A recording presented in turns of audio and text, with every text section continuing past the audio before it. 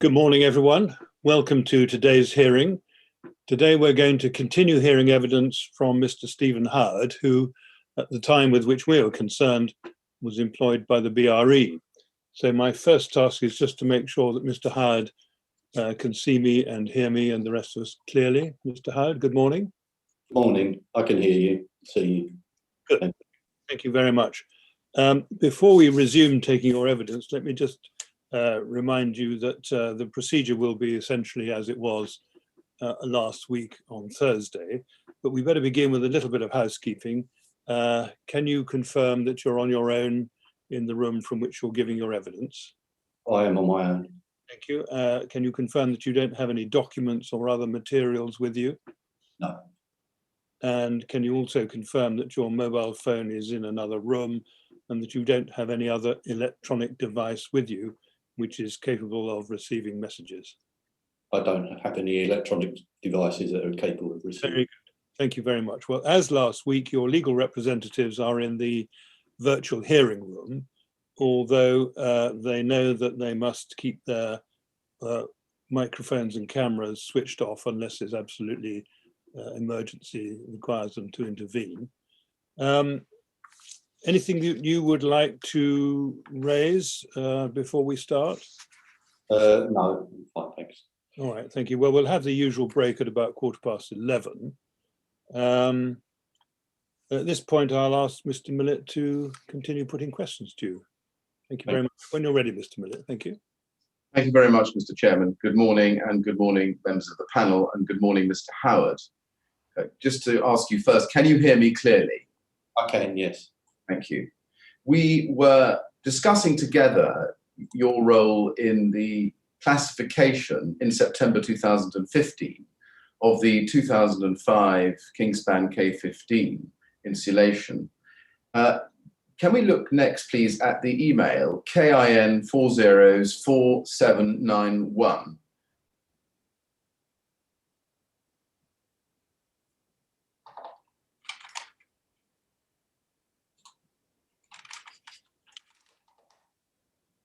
This is an email from Ivor Meredith to David Hoare and Sarah Colwell on the 30th of May 2005. And he explains who's going to be at the test the next day. He identifies himself and others from Kingspan.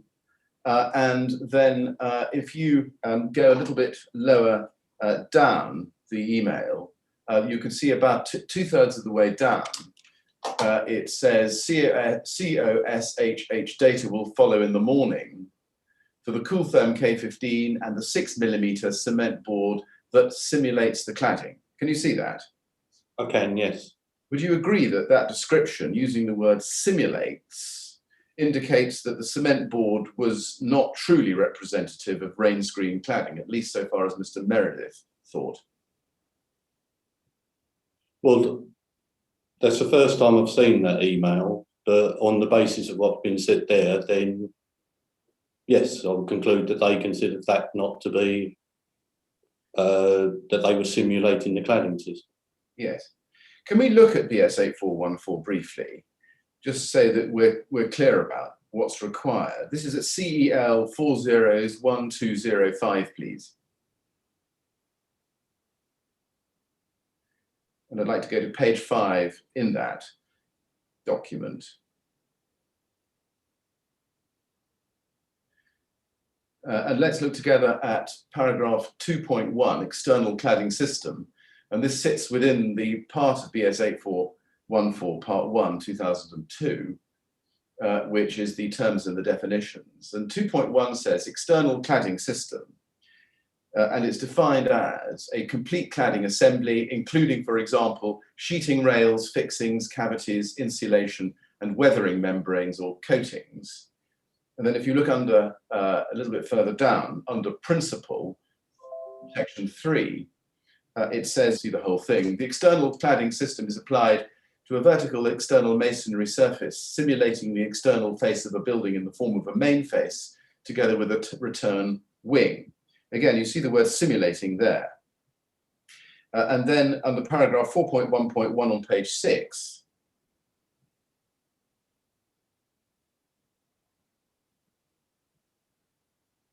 It says under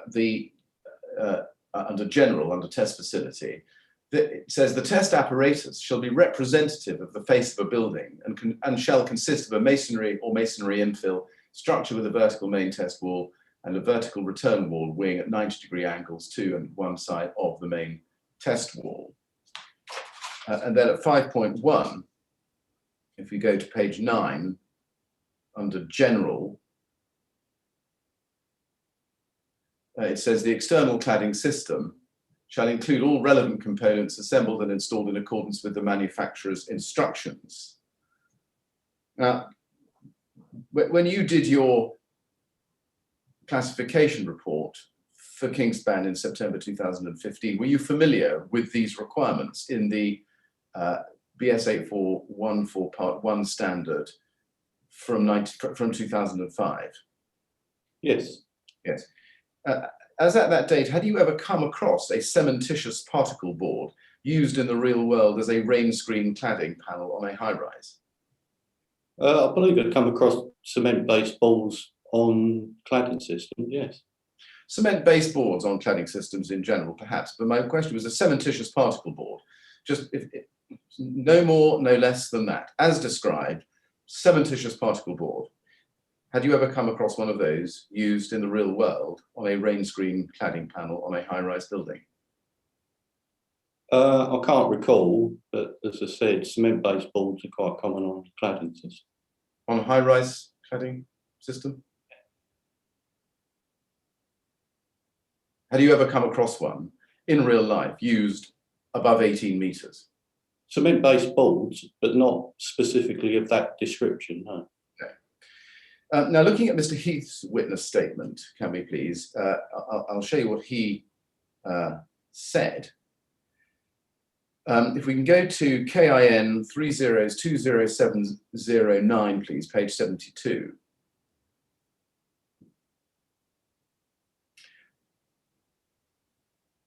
KIN 3020709, paragraph 11.11 at the bottom of the page there.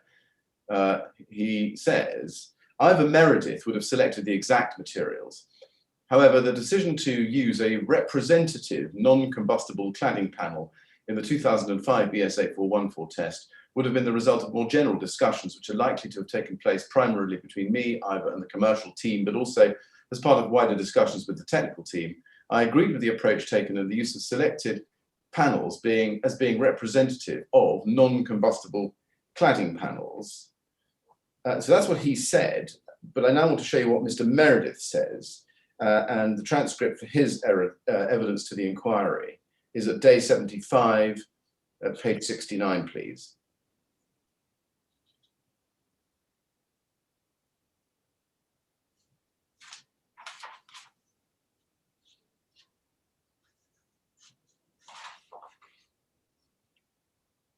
And if we go to line 20, you can see that he says, obviously, perhaps I should back up a little bit. He's asked by leading counsel at line 16, and when you say a non-combustible board that was available to who in the market? What market? That you could buy in the UK market, right? And then he says at line 20, obviously this wasn't supposed to be a cladding system. This was just supposed to be representative of a non-combustible outer layer. That's what he says. And he explains that a little bit further on at page 75, day 75, page 59.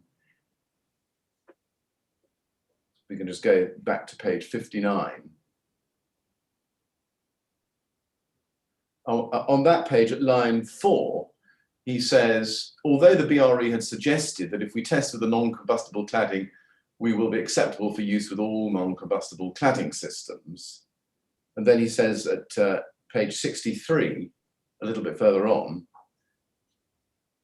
line 17, he says, in answer to the, and this is the question, that the discussion that you thought might have been with Sarah Colwell about being able to extrapolate from this test might have been with David Hoare, yes, sorry, David Hoare. And then he goes on, and this is the final piece I'll show you, page 70.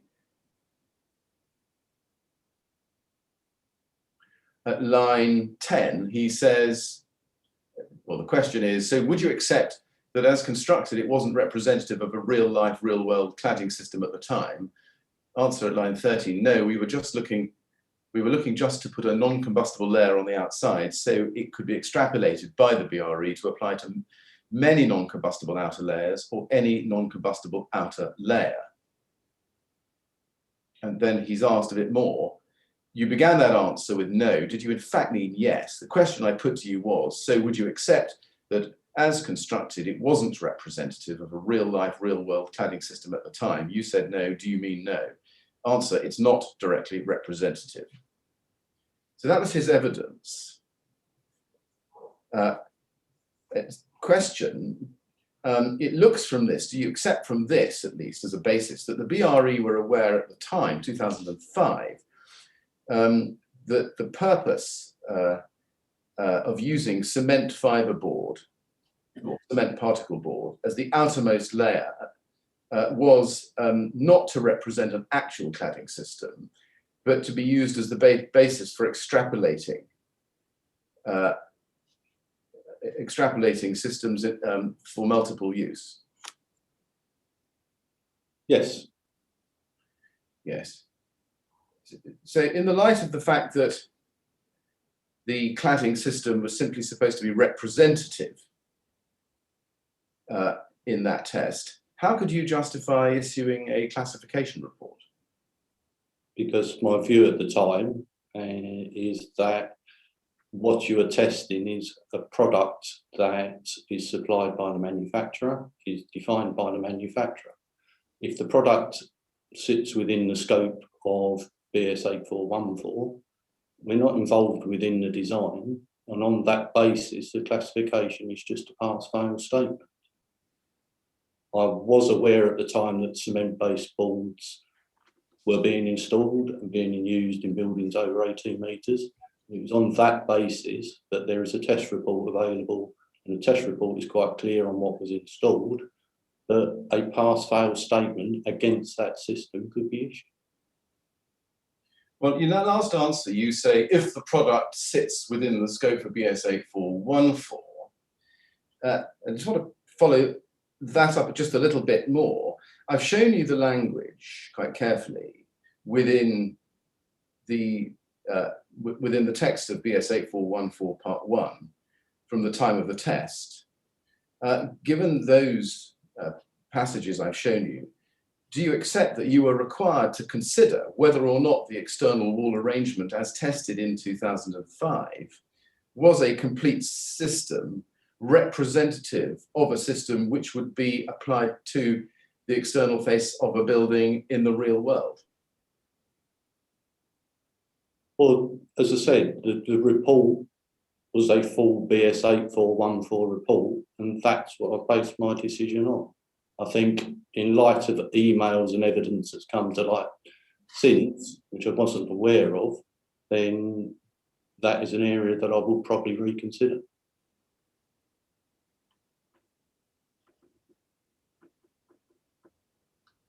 Could you not tell at the time you did your classification report that the cementitious particle board, as described as the outer layer in the list of components, without any further elaboration, at least pointed in the direction of the fact that this was not a representative rain screen system in accordance with BS 8414 Part 1, which applied at the time? Sorry, as I said, there are boarding systems, there's non-combustible boards, there's non-combustible systems, there's cement-based boards that go out on the external facade systems. It didn't strike me that that was particularly unusual.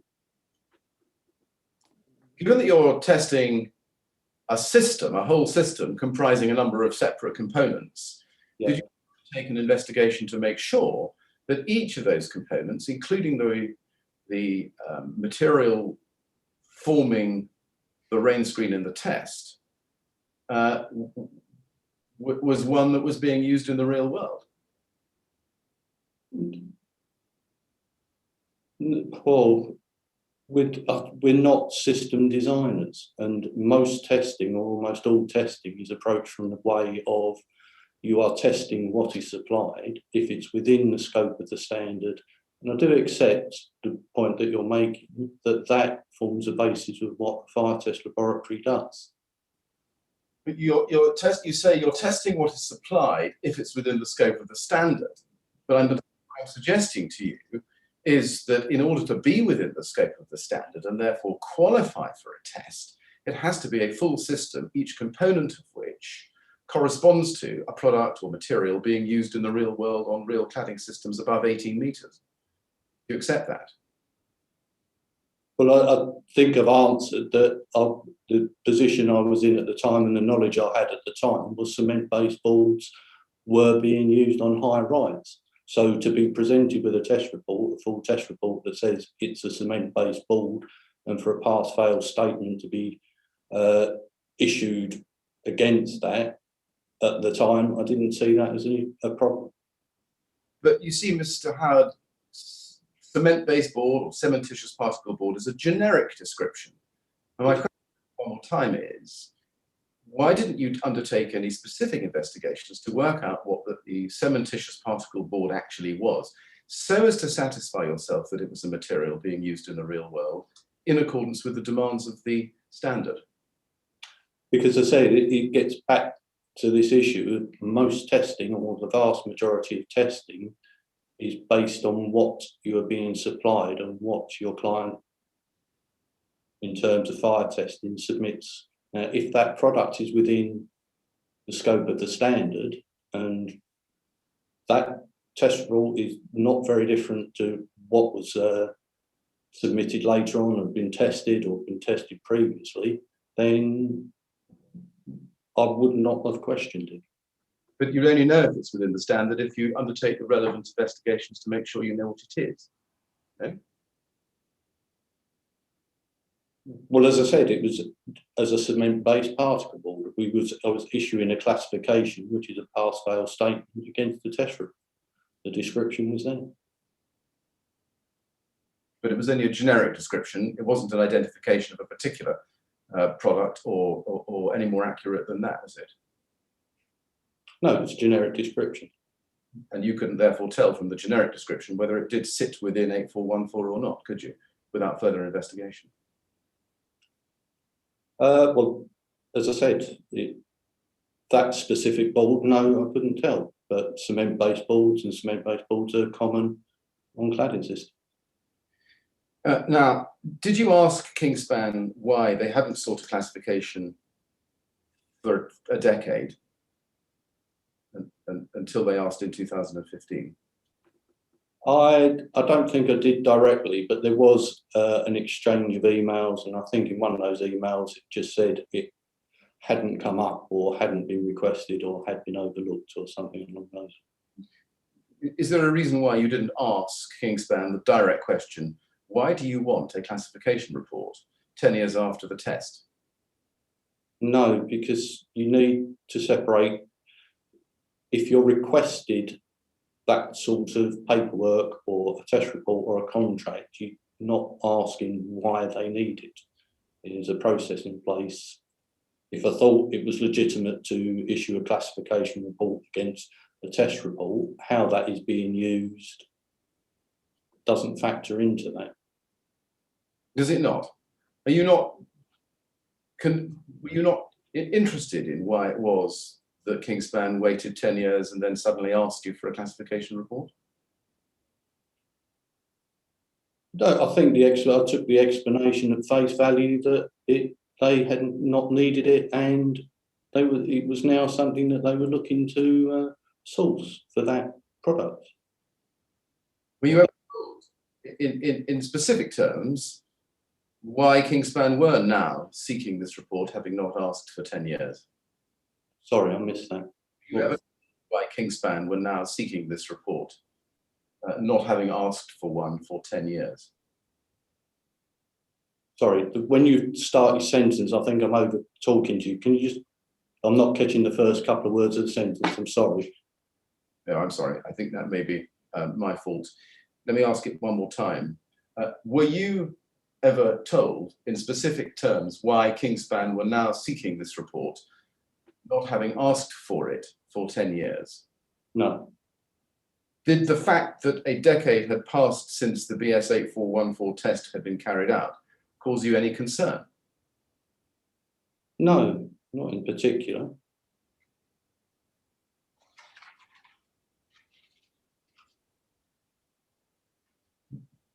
Can I ask you to look at your witness statement at page 56, please, paragraph 245.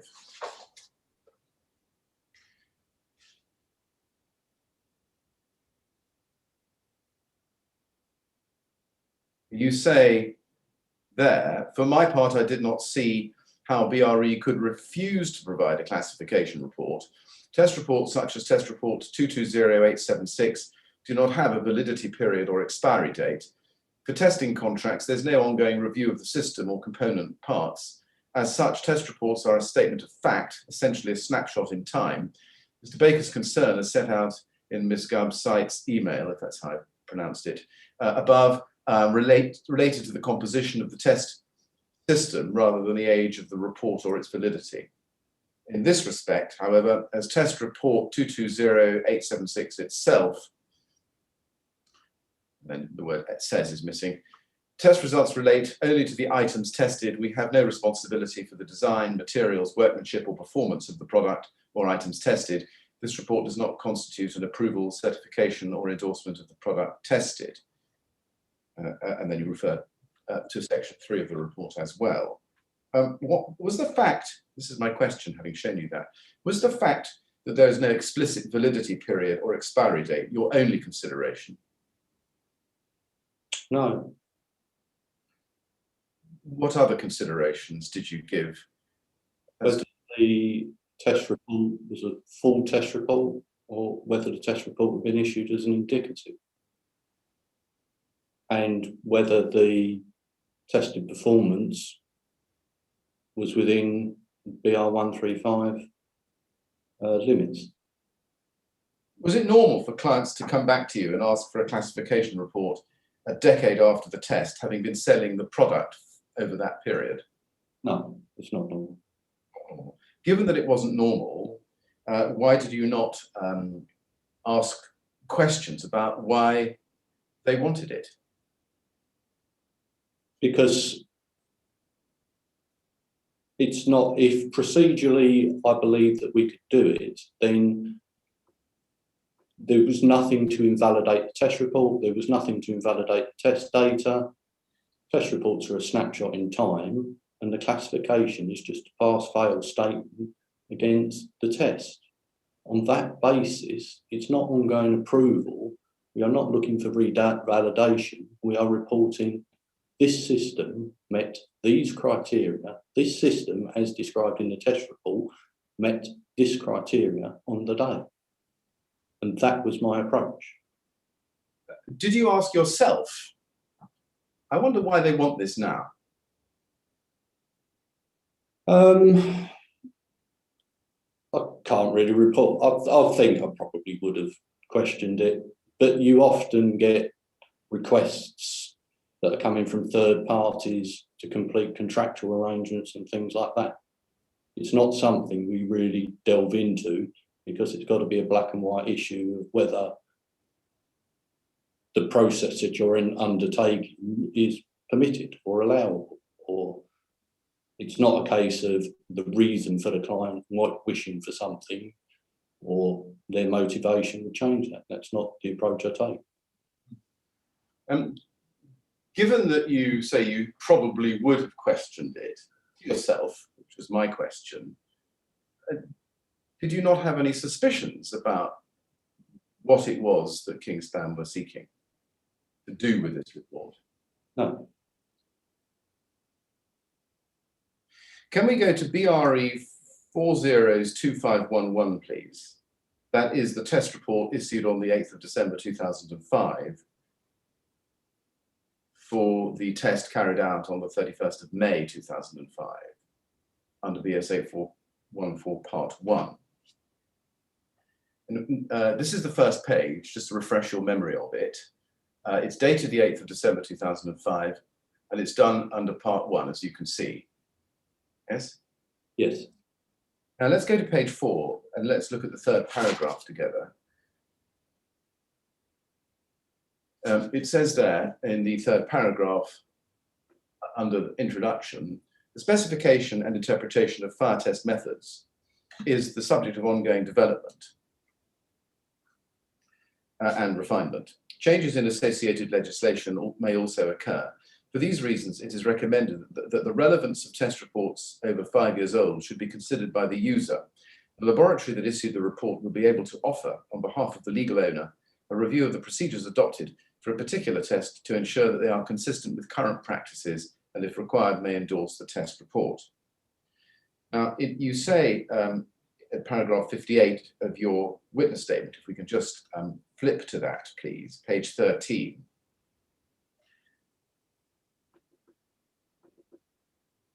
About this paragraph,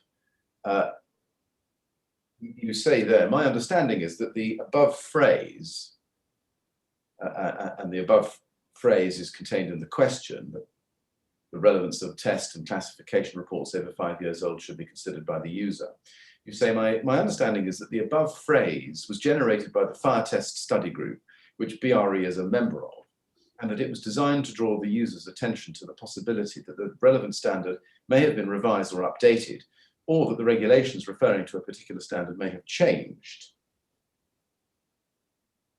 Can I then take you, having shown you that, to Mr. Clark's witness statement at page 16. That's BRE 405768 at page 16, paragraph 67.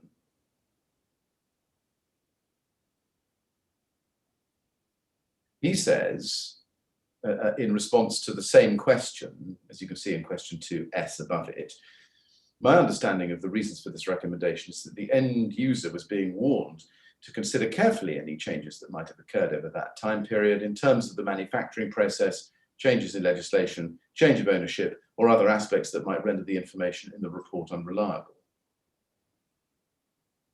Do you agree with what he says there? Not via that statement.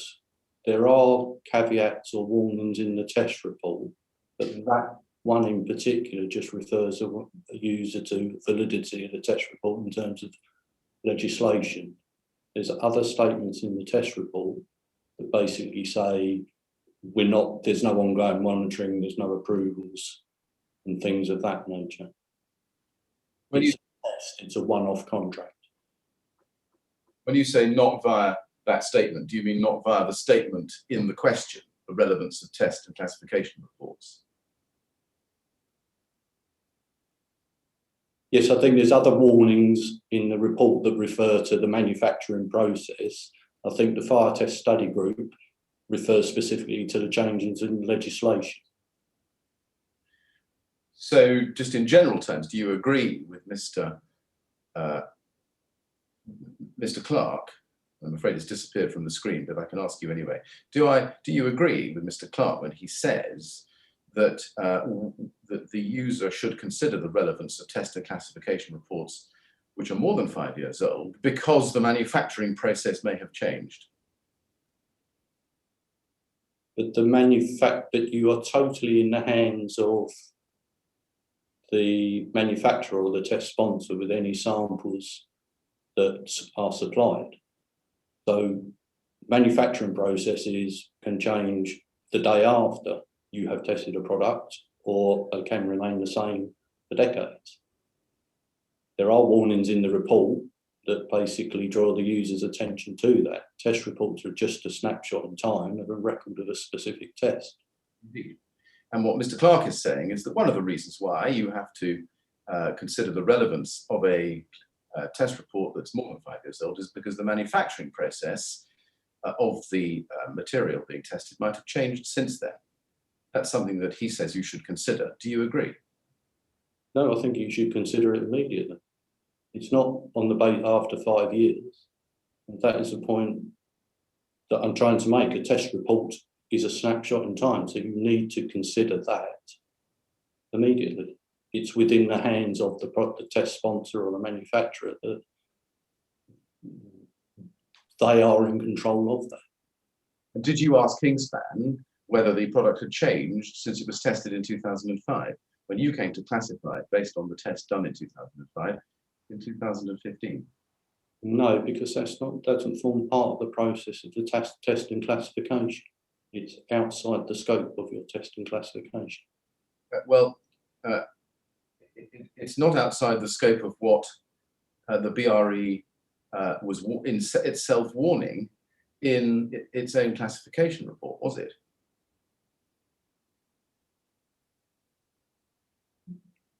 Sorry, as I said, those are standard statements in a lot of the caveats in the reports are across BRE, but some of the specific ones from the fire test study group are in specific reports.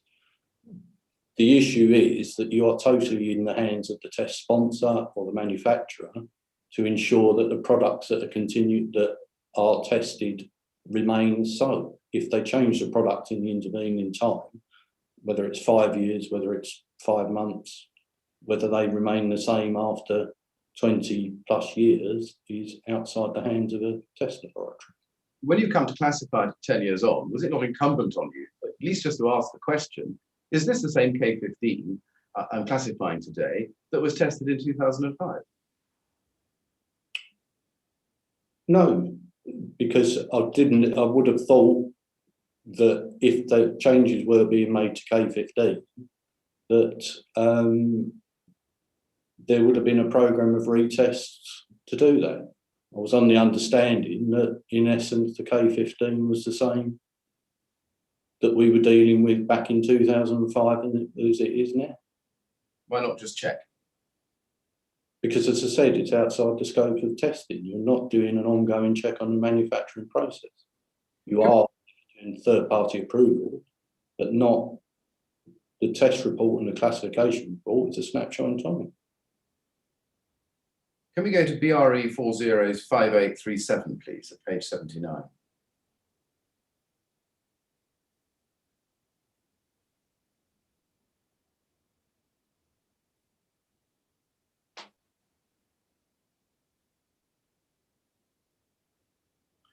This is Fire Test Study Group, UK, Resolution 72.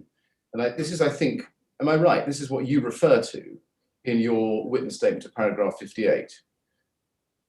This is where I understand the statements come to. I'm not particularly familiar with this document. You mean where the statements come from? Sorry, yes. You're not familiar with the document? Well, let's just let's look at it then together. It's Resolution 72, a cautionary statement to be added to test reports, agreed by the executive, if you look a little lower down, on the 6th of October 1993 and implemented on the 1st of December 1993. And it was still valid as at the date of this document. It says reason, since fire tests are the subject of a continuing standardization process, and because existing standards are the subject of review and possible amendment and new interpretations, it's recommended that reports should be considered by the user to ensure that the methodology adopted and the results obtained remain valid. The objective of the review is to ensure that the marketplace remains equitable by preventing manufacturers with very old or inadequate test reports from competing on equal terms with those who have tested in accordance with later, possibly more onerous procedures. And then there's the resolution that's set out there. And in fact, it appears on page 80 about what should go into reports. And I don't think I need to show you that. Do you know whether that resolution 72, was still extant as at 2005?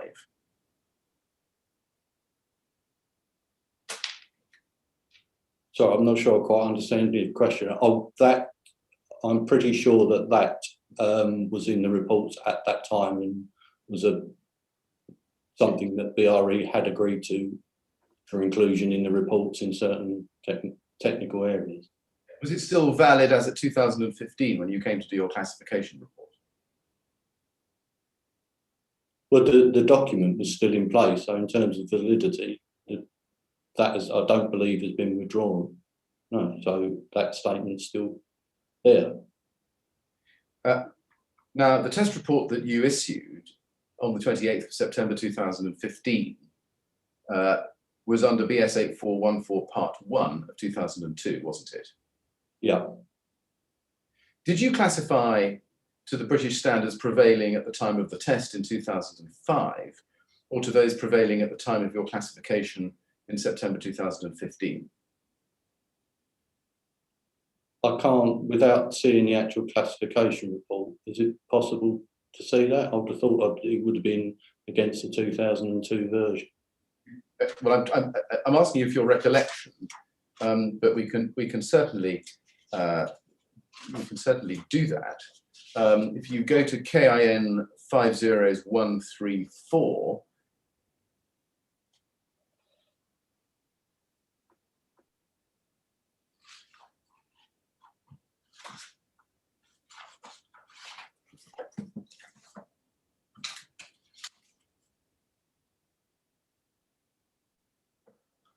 you can see that that's your report. Can we go down, please?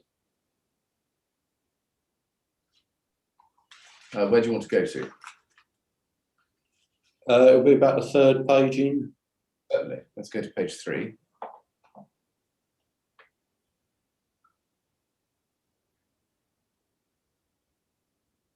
We're currently on 2. Go down again. I'm on page 3, but is that what you're looking for? Page 4, perhaps. Classification of fire performance in accordance with BR 135 2013 Annex A. Please. Well, in answer to the question, that classification was issued against the standard that the system was tested to, which I think is 2002.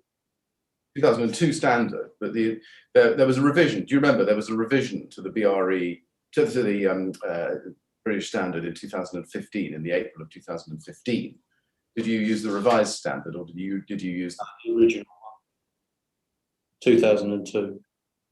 Right. Let's go to page 9. And if you look at page 9, this is test results, you see. And under test results, you can see column 2nd from the left, parameter, yes? Yeah. And on the left-hand column, test method and number. And under test method and number, you've got BS 8414 Part 1, 2002, yes? Yes. And under parameters, you've got 4 parameters: external fire spread, cavity behind rain screen, cavity 1, internal fire spread, insulation layer, and then the bottom one, internal fire spread, burn through. See that? And then you've got the results in the right-hand block. The fire spread test results time are all greater than 15 minutes, and the results are all compliant in each of these 4 boxes. Yes? You see that? Yes. Did you put that into this report? I say that, I mean these test results. No, I would have thought it would have been Vida. Under your supervision? Yes. I see. Do you know where she got the internal fire spread burn through parameter from? I don't, but that's not applicable to a Part 1 test. That's my next point. You're right. So, given that it's not applicable to a Part 1 test, what's it doing there? That has been a mistake. Did you review this classification report in draft from Vida? Yes. Did you review this page? Yes. How can you account for the fact that it contains burn-through data which applies only to a Part 2 test and not a Part 1 test, as I think you'll agree? It was an oversight on my part. Okay. Sorry. I interrupted you. We spoke over each other. Did you want to finish your answer?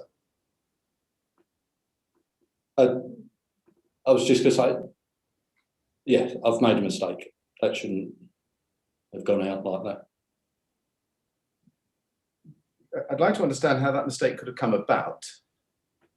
Clearly, you didn't review this page carefully enough to see that a parameter applicable only to a Part 2 test had found its way into a Part 1 test classification, had you? No. Can you account for how VIDA may have made that mistake?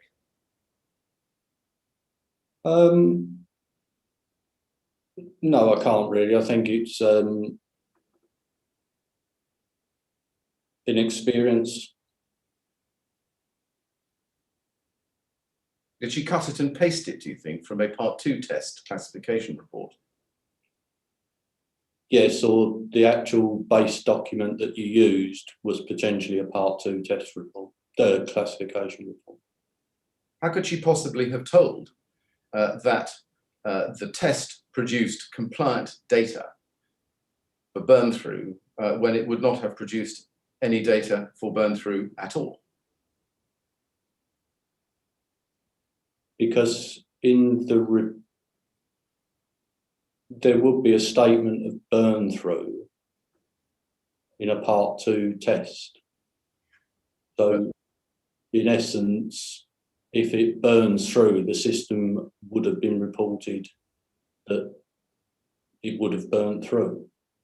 But not for a Part 1 test. No, not usually. Therefore, she was putting into this report data which had never been produced by the Part 1 test done in 2005. You agree? A statement's gone in that is not addressed or not actually required by the Part 1 test. That's correct. And therefore, would it follow that VIDA's conclusion that the data for burn through was compliant with the parameters in Annex B was completely unfounded? Well, it's not completely unfounded because it's not a requirement of Part 1.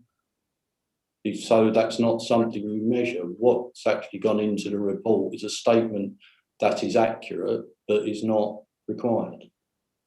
How did you know, or how did she know that it was accurate if there was no burn through data in the 2005 test? Because you're sat on a masonry wall, quite a heavy blockwork wall. The requirement that is the reason for that statement on a Part 2 test is a type of construction. So there is a risk of burn through on the lighter tests, but the heavier tests or the Part 1 test are on a masonry wall, so that is assumed to comply. In fact, Mr. Howard, if you look at the results box, it says compliance with parameters in Annex B, BR 135 2013. Could you tell me what relevance Annex B has to a test done under BS 8414 Part 1? It's not. It should be Annex A. That's a mistake that's gone through. That's quite a mistake, isn't it? Because the whole purpose of a classification report is to classify the tests done in accordance with the BS 8414 methodology to the criteria in BR 135. This classification report applies a whole set of wrong criteria, doesn't it? Well, there's one well, it's referred to the wrong annex and it's included a statement of additional tests and additional assessment that isn't applied to Part 1. What it doesn't, it's not saying it has passed something that it hasn't. What it's saying is this isn't a factor that you report on in Part 1 systems. Forgive my intervening, Mr. Millett, but there's something I'd just like to clarify. Mr. Howard, did the original test data for the 8414 test contain any readings for burn through? No. Well then, go on, sorry. But as I said, it's on a masonry wall, so there's no requirement in the standard to report that.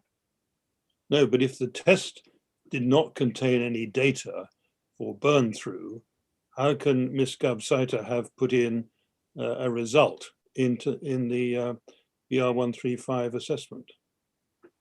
Because it will be a positive, it will be in either the part 1 or, sorry, in a part 2 report, if you had burn through, then that would be reported. So, okay, is it possible to rephrase the question? Well, I'm at the moment, I don't understand how anyone could include a reading for burn through unless the test on which the document is based contains some data for burn through. That's my problem. Can you help me? Well, as I said, I think it was a mistake. That's been included. When you report on a part 2 test and you have burn through, you would report, if it's burnt through, that it has done so in a particular type. If that statement's absent, then you would classify against that. All right, thank you very much. Yes, Mr. Millett. Yes.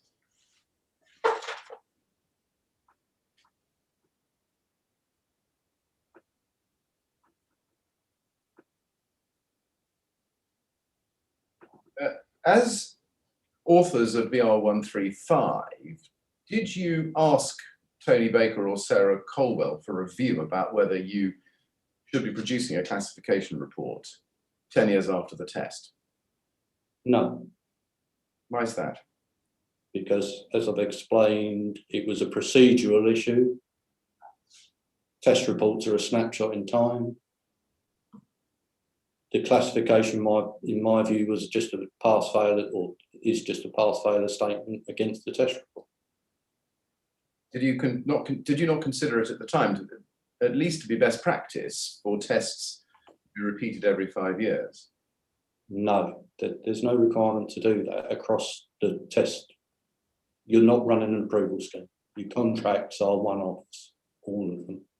No, I understand that. But my question was, did you consider it to be best practice for manufacturers to repeat tests every 5 years? No, the system across Europe is similar.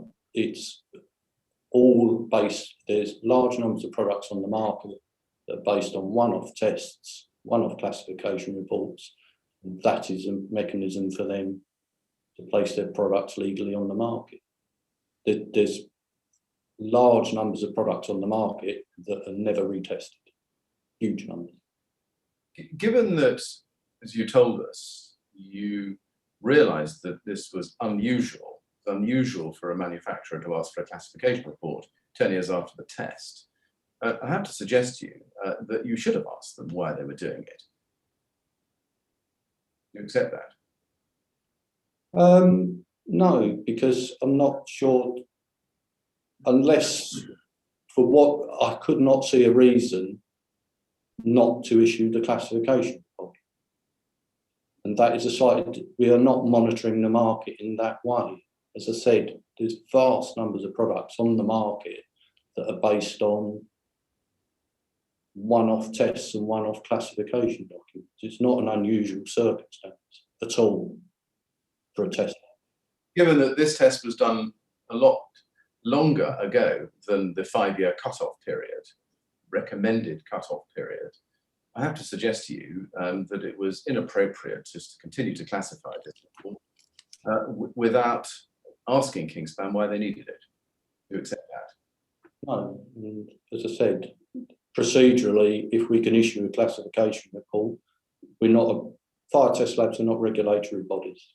If it was within, if there was technical reasons or whatever not to issue it, then fine. But from a procedural point of view, my view was a classification report is a snapshot in time. It's a report on a test.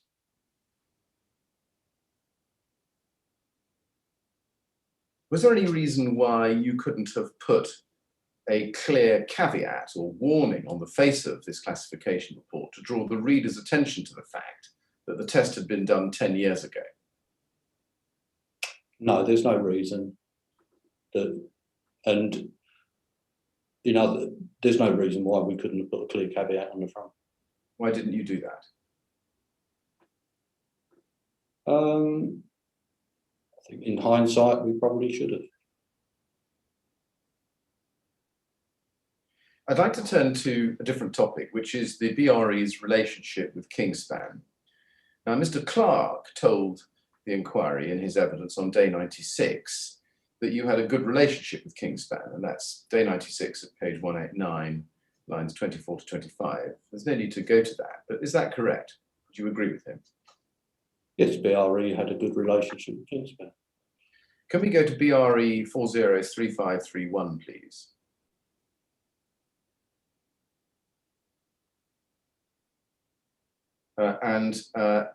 This is an email sent by Eva Meredith to you and Phil Clark on the 20th of March 2014. Copy to Steve Manchester. Subject, Kingspan BSA 414 test. And this is the day after Kingspan's test on the 19th of March to BSA 414 part 2 on K15 with a Trespa HPL rain screen. Now, we've looked at this in some detail with Mr. Clark, and we'll come back later to look at it together, Mr. Howard. I just want to look at the email for a moment. Can you see that in the first paragraph, Mr. Meredith is asking you and Mr. Clark for confirmation of the test result? Yes? Yes. Yes. Let's go to the fourth paragraph down, please, which begins with the word Phil. And he says, Phil, I will get Aztec in on Monday to start stripping out. I would like to be there to witness what was going on behind the cladding, although I assume you will be taking lots of pictures of that area. Also, can you make any unofficial comments with regards to the falling debris this time compared to the previous test? Do you remember that email? I don't recall that, no. You don't recall it. Do you recall perhaps at all what Mr. Meredith meant by unofficial comments? No, I'm not clear what he would have been asking as unofficial comments, really. Did Mr. Clark, to your recollection, provide any unofficial comments to Mr. Meredith as he'd requested? Not that I'm aware. You? No. Did you or Mr. Clark answer Mr. Meredith's request for unofficial comments that he's asked for in this email? No. I mean, everything on email, no. We wouldn't have provided unofficial comments. You say that. Is that right? Were you or anybody else at the BRE in the habit of giving official and unofficial online and offline comments about the results of tests? All I can say is I didn't provide any unofficial comments to either on that subject. Would you agree with me this far, that at least looking at this email, it looks as if Mr. Meredith certainly thought that the position was that Mr. Clark might be prepared to offer an unofficial opinion?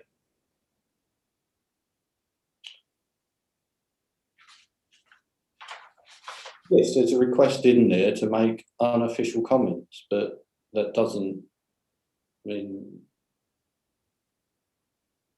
as I said, I'm not aware of any unofficial comments being made to either. For me, well, I didn't make any, and I'm not aware of anybody else making unofficial comments back to Kingspan.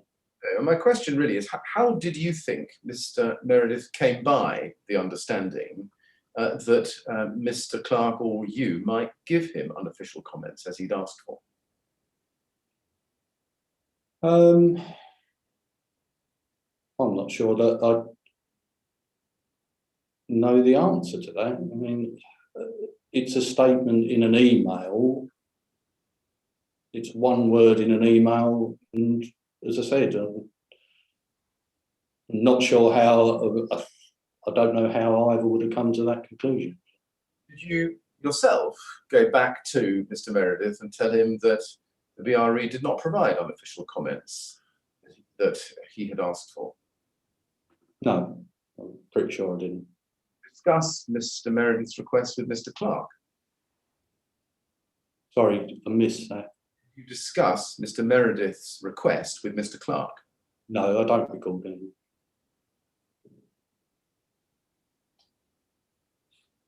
Did you not tell Mr. Clark to go back to Mr. Meredith and tell him that he shouldn't be asking for unofficial comments? I don't believe I've responded in that way, no, not to, because it wasn't practice. I don't understand what is meant by unofficial comments. You either go on record, and that can be verbal or via email. What would be unofficial? Well, why didn't you go back to him, therefore, and ask him what he meant by unofficial comments and tell him that you don't provide those?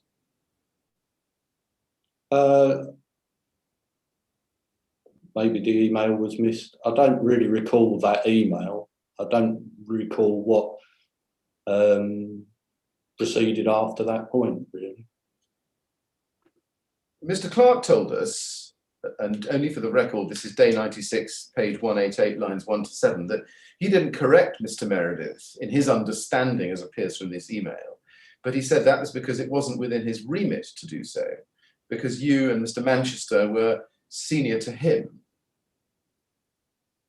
Now, he was clearly expecting, well, is it right or is it fair that Mr. Clark would have expected you to respond as the senior officer to Mr. Meredith's request for unofficial comments? No, I think all staff members are required to report inappropriate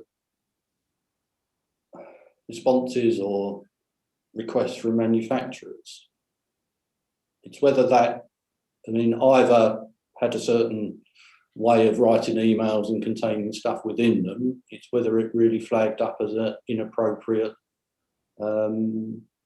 situation that required a response. All staff have a duty and a requirement to report if they're feeling if they've been put in a compromising position. Did you not think it important at the time that at least somebody, whether you or Mr. Clark, should respond to Mr. Meredith's request and tell him that you weren't prepared to offer unofficial comments? I can't recall reading that email in that sort of level of detail. I can't recall the email, so I can't really say what I was thinking at the time. You see, on the face of the documents that we've got a request for unofficial comments and no response either from you or Mr. Clark. The absence of a response would tend to suggest that unofficial comments were something that you were either prepared to give him or at least not prepared to resist. Is that fair?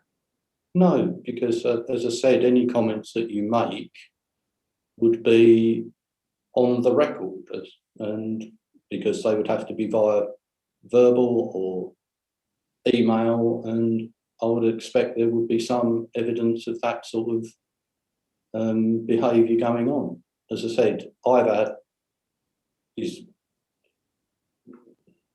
a certain wording in emails that looking back we should have responded to, but we didn't at the time. And as I said, I don't really remember that email in detail, so it's hard to comment really. Right. Let's go to BRE 3018859, please.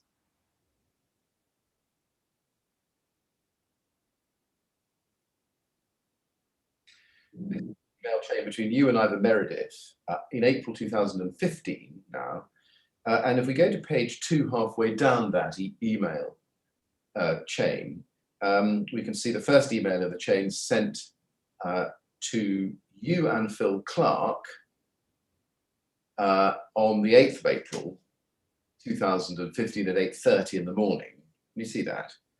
Yeah. And he says in the first paragraph there, I would like to incorporate some additional thermocouple in at level 1 so we can understand when it fails. Phil had a suggestion so we could understand exactly what's going on at the lower levels, perhaps some below and above the fire barrier in the insulation and void. See that? Did you think, well, first of all, do you recall seeing this email? Not specifically, no. But it's, yeah. Do you recall thinking at the time that it was inappropriate for Mr. Clark to be making suggestions of this kind to a test sponsor?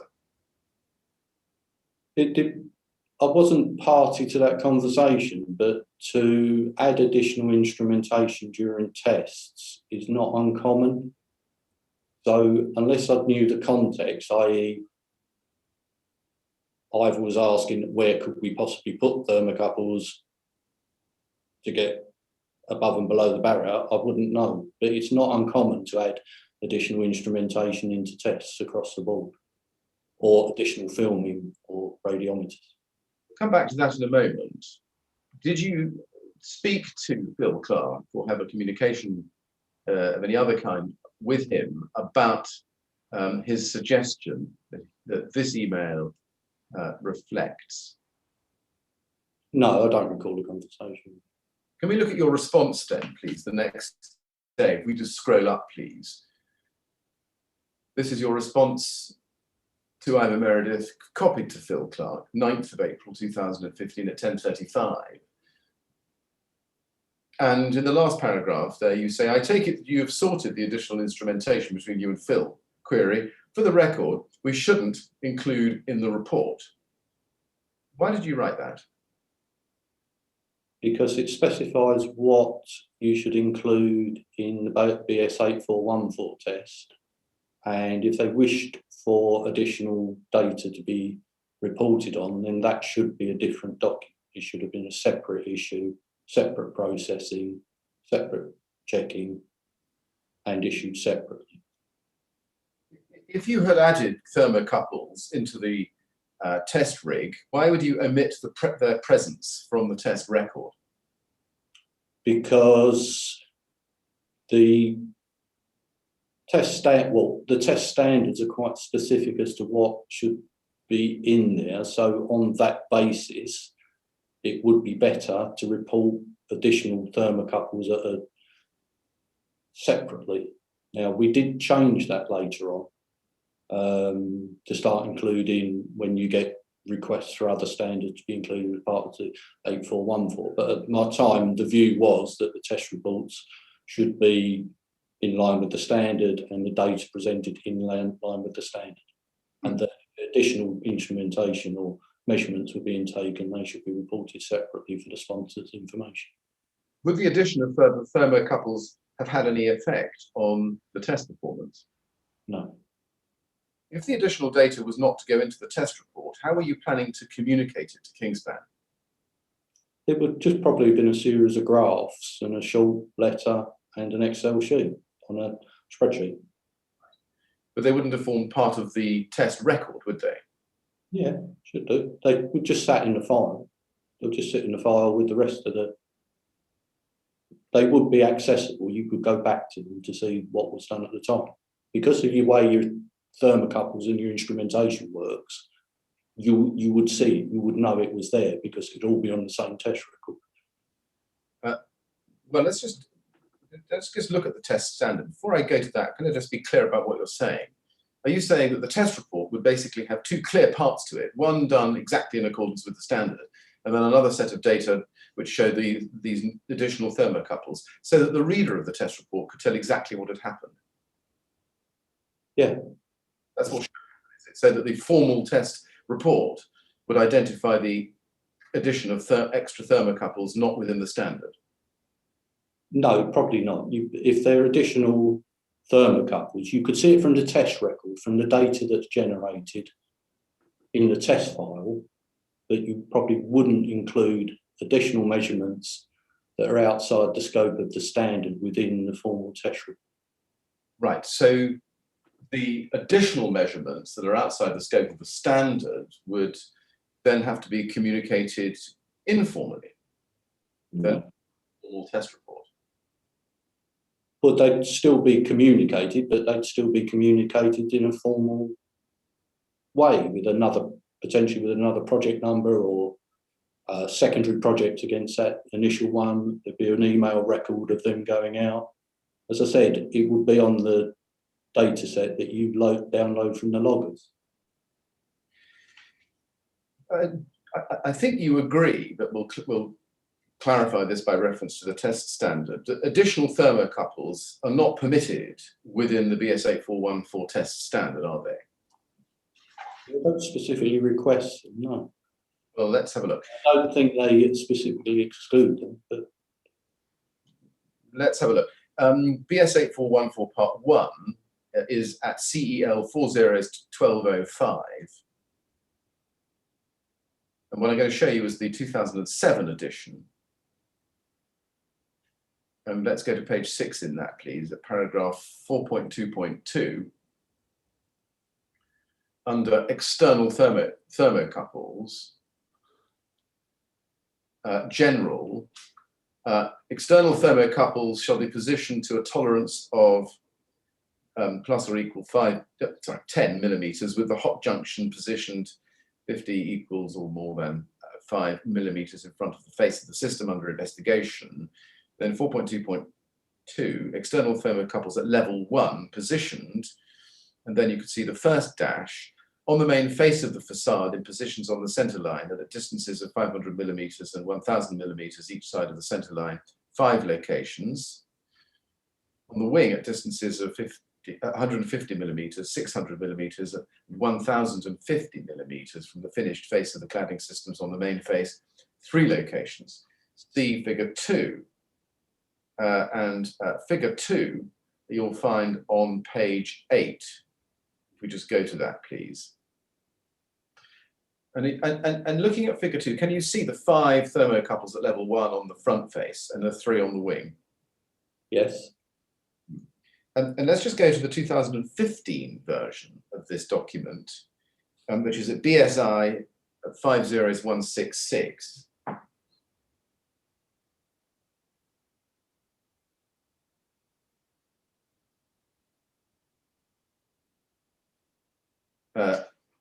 If you go, please, to page 11 and look at paragraph 5.6.2, we'll just look at that. Again, external thermocouples at levels 1 and 2. And again, you've got the stipulated number of 5 locations under little a and 3 locations under little b for the main test wall face and wing wall, respectively. Yes? Yes. Looking at both of those, do you agree that there's no room in either of the 2007 or the 2015 versions of BS 8414 Part 1 for any discretion for the tester to add or subtract thermocouples at will? I agree that you can't subtract, but I disagree with on the basis of additional thermocouples. Well, where does it say in these standards that you can add thermocouples, make 6 or 7 at the front wall or 10 on the wing wall? Where does it say that? Well, it doesn't, but BS 8414 and other tests are often accepted in other parts of the world, and the jurisdictions in those parts of the world will request other instrumentation. Now, if we don't put the additional instrumentation in, what you're effectively doing is having to repeat the test to add more instrumentation into the system, which is not practical. We can't really do that. And secondly, it's fairly common on fire tests, be that ductwork, fire doors, dampers, if additional instrumentation is required, or additional videos, or additional measurements are required, for those to be undertaken if they don't compromise the testing. But by adding thermocouples at these locations, you're departing from the prescribed parameters of the test standard, aren't you? Yes, but you're not changing the end result. And as I said, it's common. You often put across the fire testing field additional instrumentation or additional cameras, or at the request of a consultant or a jurisdiction in another part of the world. There's nothing uncommon about that. It's nothing unusual. Was this flexibility in the test apparatus something that you often offered to test sponsors? I I don't think it was offered. I just don't think any request for additional instrumentation or cameras would have been reviewed, and if it was considered feasible, we would do so. It doesn't. As I said, it's pretty common. Sorry, we're talking over each other. Go on, John.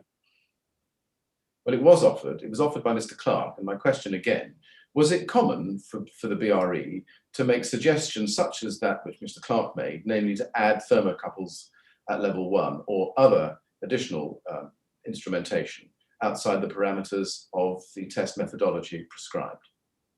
I would say it wouldn't be offered, but it wasn't uncommon to put additional instrumentation or cameras in at the request of the client sponsor, because they may be submitting the test report to other parts of the world that may need that data or for specific projects. Right, so it was not uncommon if the client sponsor asked for it, but you say it wouldn't be offered by the BRE? No, I think there'd be a general understanding that if it was requested, then we would try to accommodate, but you wouldn't, if the request was to do an 8414 test, that's what you were contracted to do. So when Phil Clark made the suggestion, am I right in thinking that that was unusual? It's not something that I've come across personally as to making suggestions to test sponsors as to put additional instrumentation in, but it would depend on the content or contents of the discussion. Would any additional charge be levied on Kingspan for using additional instrumentation outside the scope of the methodology? Potentially, depending on the level of work involved to instrument. Would you agree that in making the suggestion of adding extra thermocouples at level 1, the BRE were providing advice and suggestions to Kingspan? It depends on the context of which that discussion took place. I'm not clear on the actual exchange at the time. The request could have been in, can we put thermocouples here? And we would have accepted doing that. As long as it doesn't add considerably to the cost or compromise the test, then I can't see a reason why not. How would making that suggestion fit with BRE's duties and obligations of impartiality? But I don't understand why that's impartial or not impartial. It's addition of the 2 or 3 temperature measurements at a point for the client to gain more information than what's happening at a level 1 cavity barrier. As I said, depends on the context, but it may have just been an agreement that we could put thermocouples at that location. And as I said, that was fairly common. How could BRE remain impartial and yet be making suggestions to a client about the addition of thermocouples outside? As I said, I wasn't party to that conversation, so I don't know the context. But on what you do know, do you agree with me that the BRE was acting inconsistently with its obligations of impartiality by making that suggestion?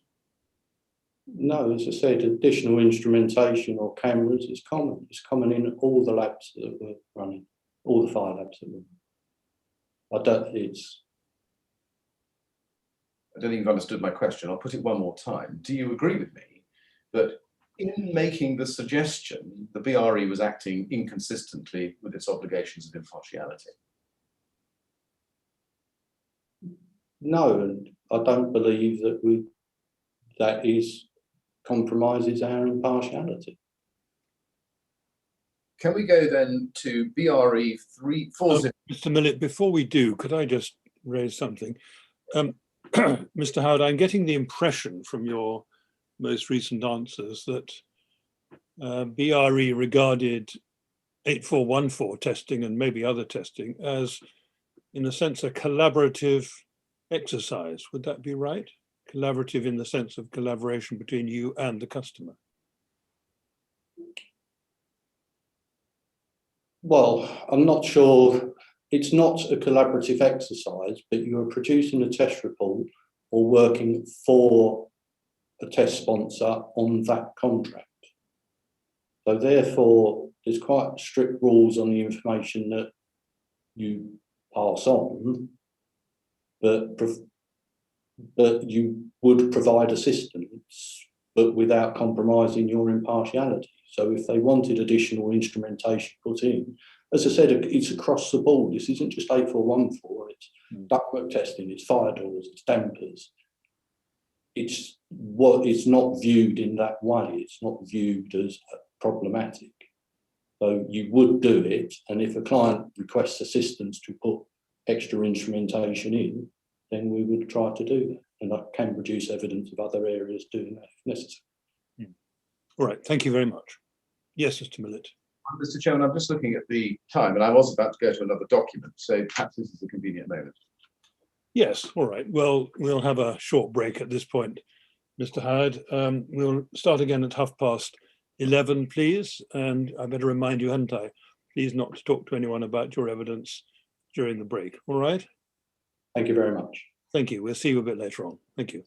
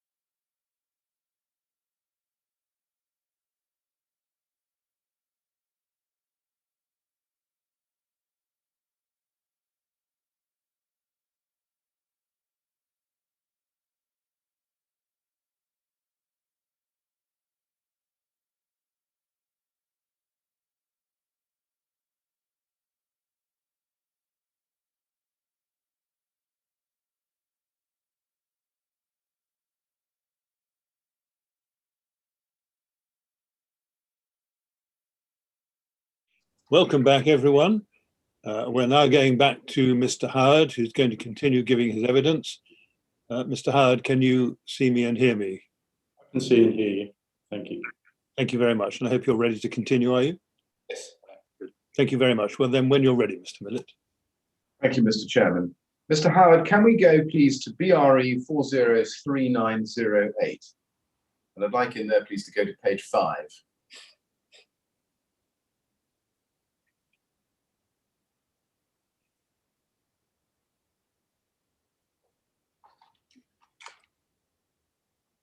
Now, this is page 5 within an email exchange in April 2005.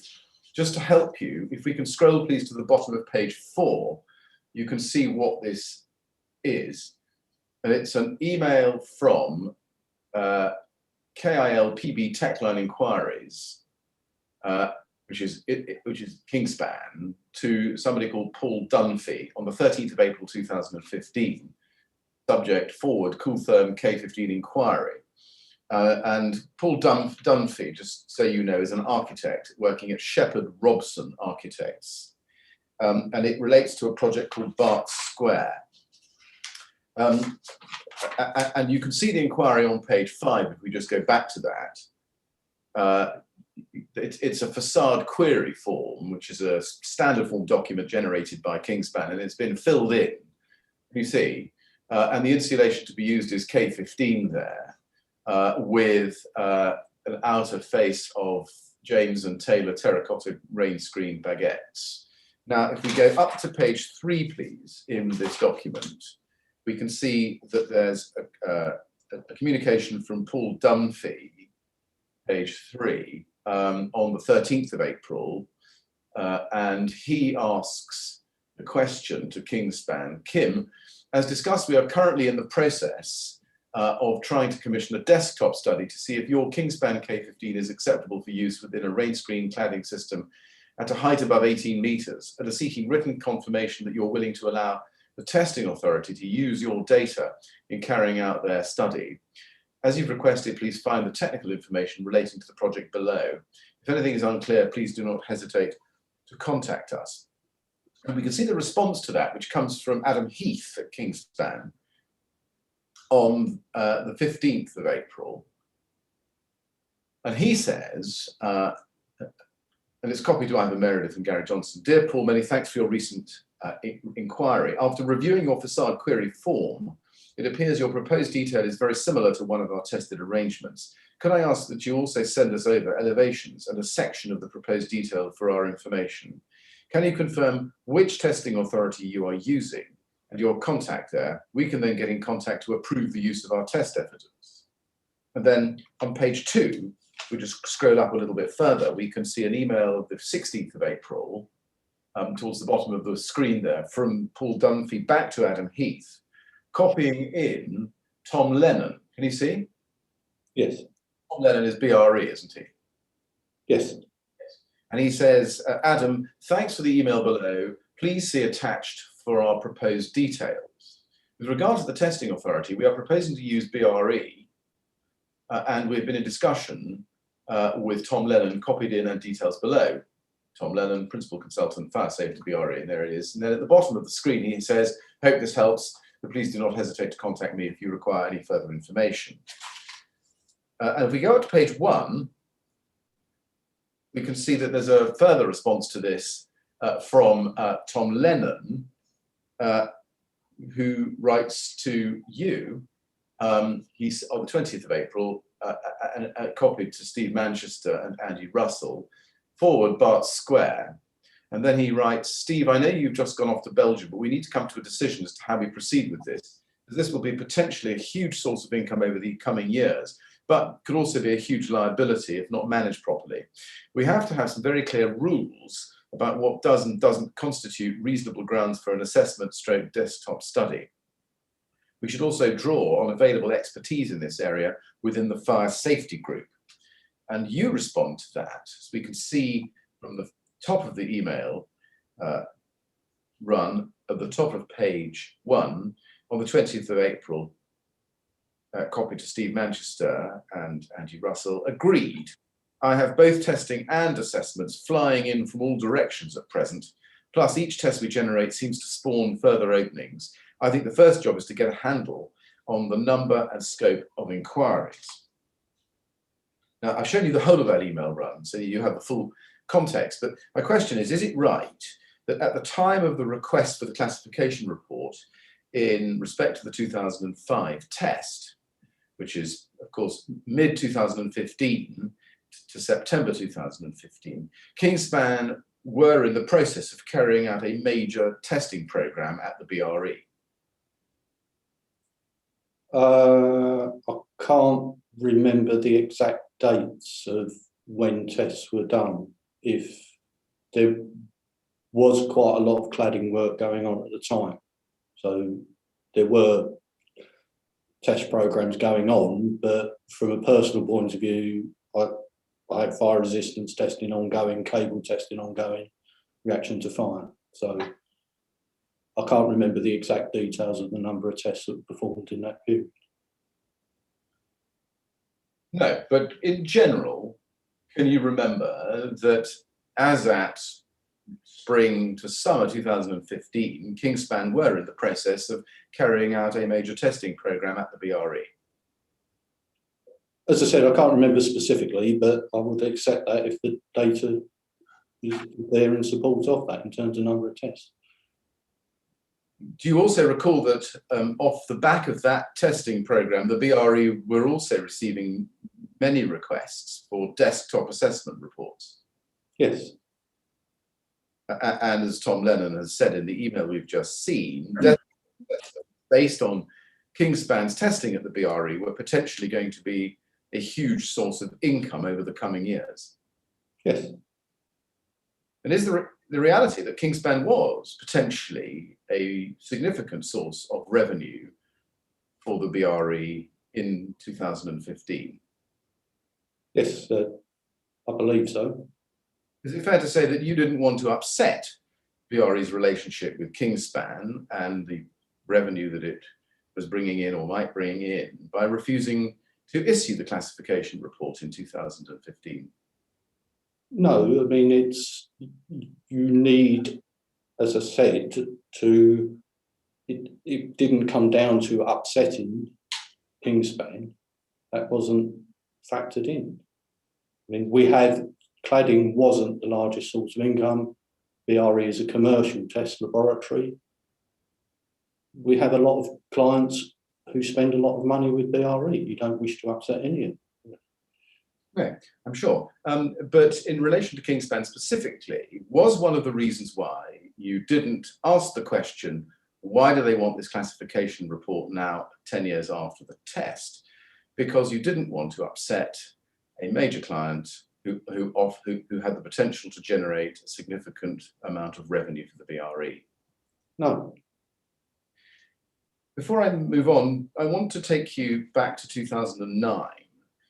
Were you aware that in May of that year, 2009, Kingspan had obtained a systems approval certificate from the LABC for Kingspan K15? I wasn't aware at the time, no. Do you remember whether you read an LABC certificate at around that time, 2009, in respect of K15? I can't recall. Did you ever? I don't know, unless I can't recall it at this time. Did you ever come to read such a document? I believe so. I think there was quite a bit, there's been quite a lot of information post Grenfell, so it's quite hard to determine what I've read since or what I've read at the time. I don't recall in 2009 reading an LABC document. Can we go to BRE 30122252, please?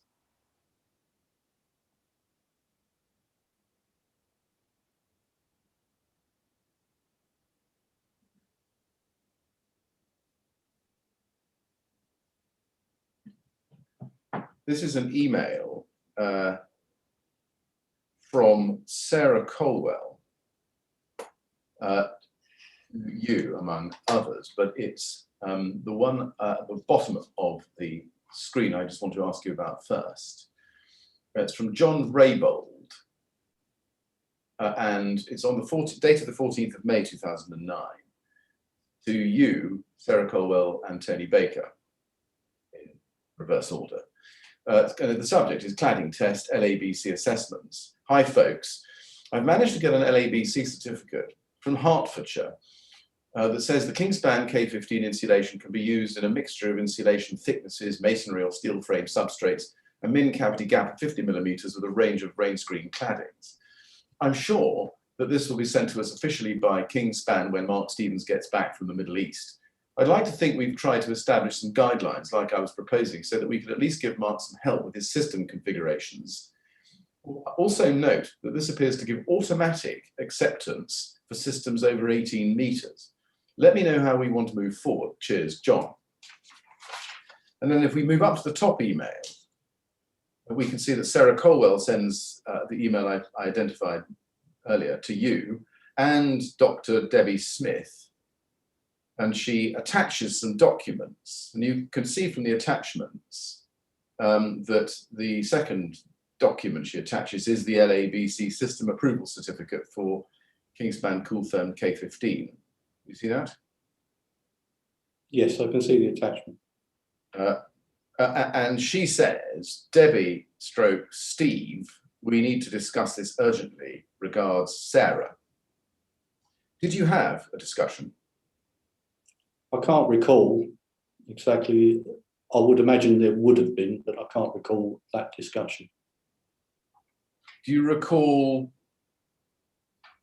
who was, or you would say would have been, a party to that discussion? I can't recall exactly, but if there was a meeting that was addressed from Sarah to myself and Debbie Smith, then by inference, I would guess that there was a meeting on that subject, but I can't recall it. Do you recall anything of what Sarah Colwell's concerns were about this certificate? I can't recall that. Do you recall what the urgency was? Well, reading down at the email, there did seem to be basically a broad brush approach to acceptance of cladding systems. Do you remember being concerned that Kingspan had managed to acquire an LAB certificate that gave automatic approvals for use of Kingspan K15 over 18 meters?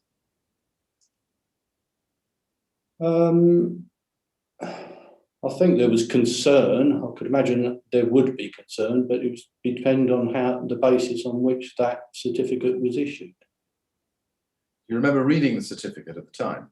I don't remember reading the certificate. I probably did, but I don't recall it. Right.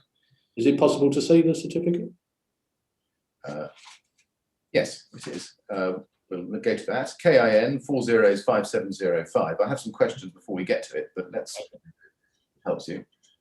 KIN 405705.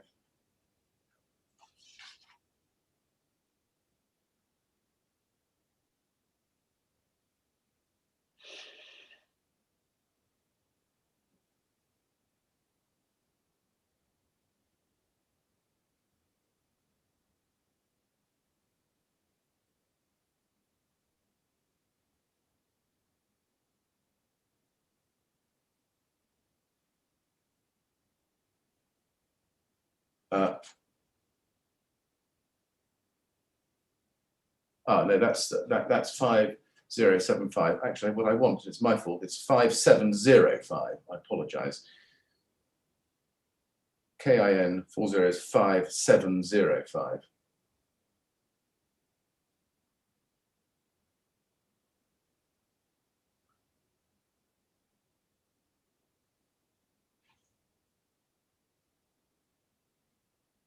So there's the system approval certificate. Do you think you read it at the time?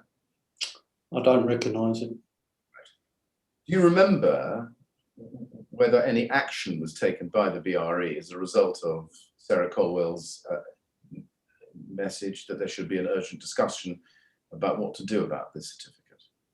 I don't recall what happened after that point. Do you remember reading this certificate at the time when you received it?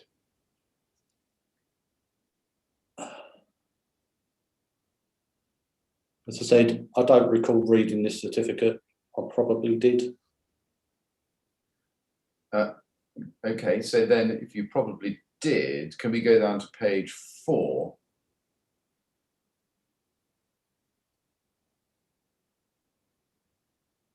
You can see it's from Herefordshire, not Hertfordshire, as the email says. And then if you go, please, to requirement B, safety considerations, which are in the middle of page 4. K15 has been tested in accordance with, and you can see there, the BS 8414 Part 1, and then the pair of BS 476 tests, see that there. Then it says, from the results, are you with me? It says, from the results, it can be considered as a material of limited combustibility and meets the criteria for class 0 classification for surface spread of flame. When it says, from the results of those 3 tests, it can be considered as a material of limited combustibility, that was wholly inaccurate, wasn't it? Yes, as defined by ADB, no, that is inaccurate. Yes. The fact that it had passed the BS 8414 test did not mean that it was a material of limited combustibility, did it? No. Did it not occur to you at the time when you read it, or probably read it as you tell us, that this certificate certified K15 as a material of limited combustibility and therefore could be used in any cladding system over 18 metres? As I said, I don't recall reading this, but I mean, have BRE been specifically asked in terms of their response to this document?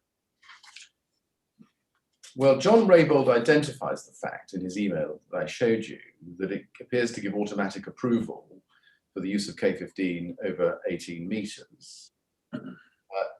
Did that not prompt you to look at the certificate and realise or work out why it was that Mr. Raybould was saying that? As I said, I can't recall reading that document specifically, but nor do I know, I mean, has any request gone into BRE as to what actually happened, whether this was dealt with a complaint or something like that at that time? Did it occur to you at the time, when you read this certificate, to the best of your recollection, that that statement there, that as a result of these 3 tests, K15 could be considered a material of limited combustibility, was dangerously untrue? As I said, I can't recall reading the document, but if presented with that now, then yes, it's untrue. It's not representative of the product. It's not representative of K15. So that's in terms of approved document B. Do you remember whether the BRE raised this question of this statement and its accuracy with the LABC at the time, or at all? I don't recall. Do you remember whether the BRE raised the question of this statement and its accuracy with Kingspan at the time, or at all? I don't know. As I say, I mean, would it be possible to request what other correspondence is available to this statement? If you read this at the time and see Mr. Raybould's statement at the time, you would have realised that K15 was now accompanied by a certificate which would allow it to be put on high-rise buildings above 18 metres with a range of different configurations. But as I said, I don't recall reading that, and there may have been if we've had a meeting, the agreed response may have come out from someone else to both the LABC and Kingspan, and I do not recall what the sequence of events was after that point. Very well. We've seen no documents which show that the BRE ever took the inaccuracy of this statement up with either the LABC or with Kingspan. does the absence of any such communication accord with your recollection? I don't really recall. I don't. If we'd have seen that documentation, I would have thought there would have been a formal response out of BRE on that point. Let me see if I can leave it with you this way. If there had been a response either to the LABC or to Kingspan about this statement in this certificate, you would have seen it at the time, wouldn't you? Potentially, yes. But as I said, I don't recall.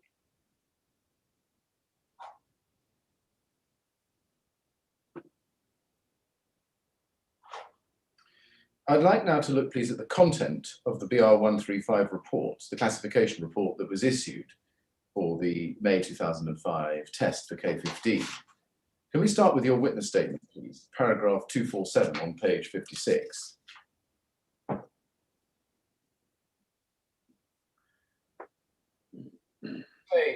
Here that for me, having cited parts of the test report I've shown you,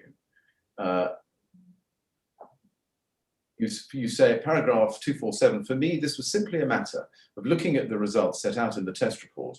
If whatever system the test sponsor had installed met the performance criteria in BR135, then I did not see how or why BRE could refuse to classify it.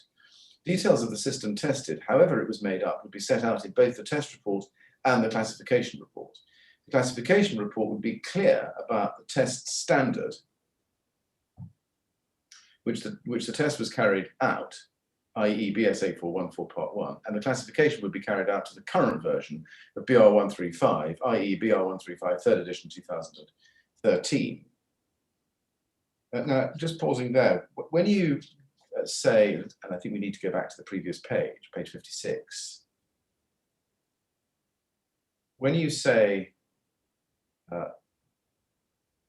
results in the first line there, it was simply a matter of looking at the results. Do you accept or agree that a classification to BR135 involves looking at more than just thermocouple data, doesn't it? Yes. What if the BRE no longer held the original test file? What would happen then? All the information for the classification report should be laid out in the test report. Right. Now, we went through this a little bit last week. Would the fact that the BRE no longer held the original test file not be a good reason to refuse to issue a classification report? No, because you should be able to, what's actually put into the public domain is the test report. So on the basis of that document, you should be able to issue a BR135. There should be nothing in the file. It should be entirely transparent on that basis. What if you weren't able to verify all the components of the test rig? Would that not be a good reason to refuse to issue a classification report? No, as I said, classification report is issued against the test report.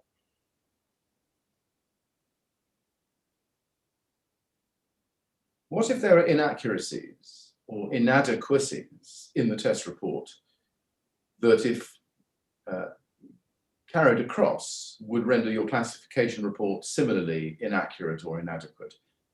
If that existed, would that be a good reason to refuse to issue a classification report? It could potentially, but as I said, if the test report has been issued and the test report is considered to be representative or of a full test, then as I said, the classification report is just a pass-fail against that test report. So the information in the test report, if that's accepted, that carries through to the BR135. Going back to where we started this morning, I just want to ask you then about the thing you were classifying. Can we start by looking at BS8414 the test report itself, which is BRE 402511. This is the 2005 test report.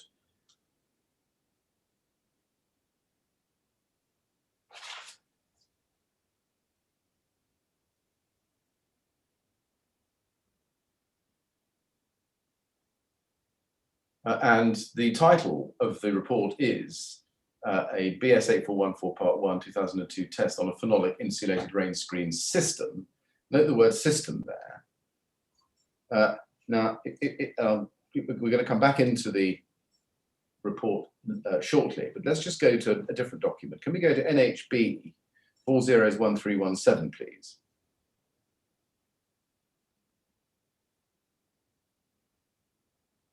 NHB 401317.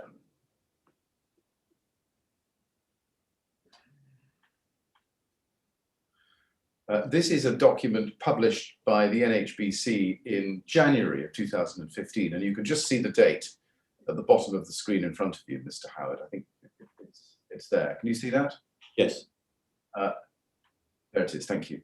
And it's entitled Cladding, 2015 Cladding Systems. Can we go to page 9 in that document?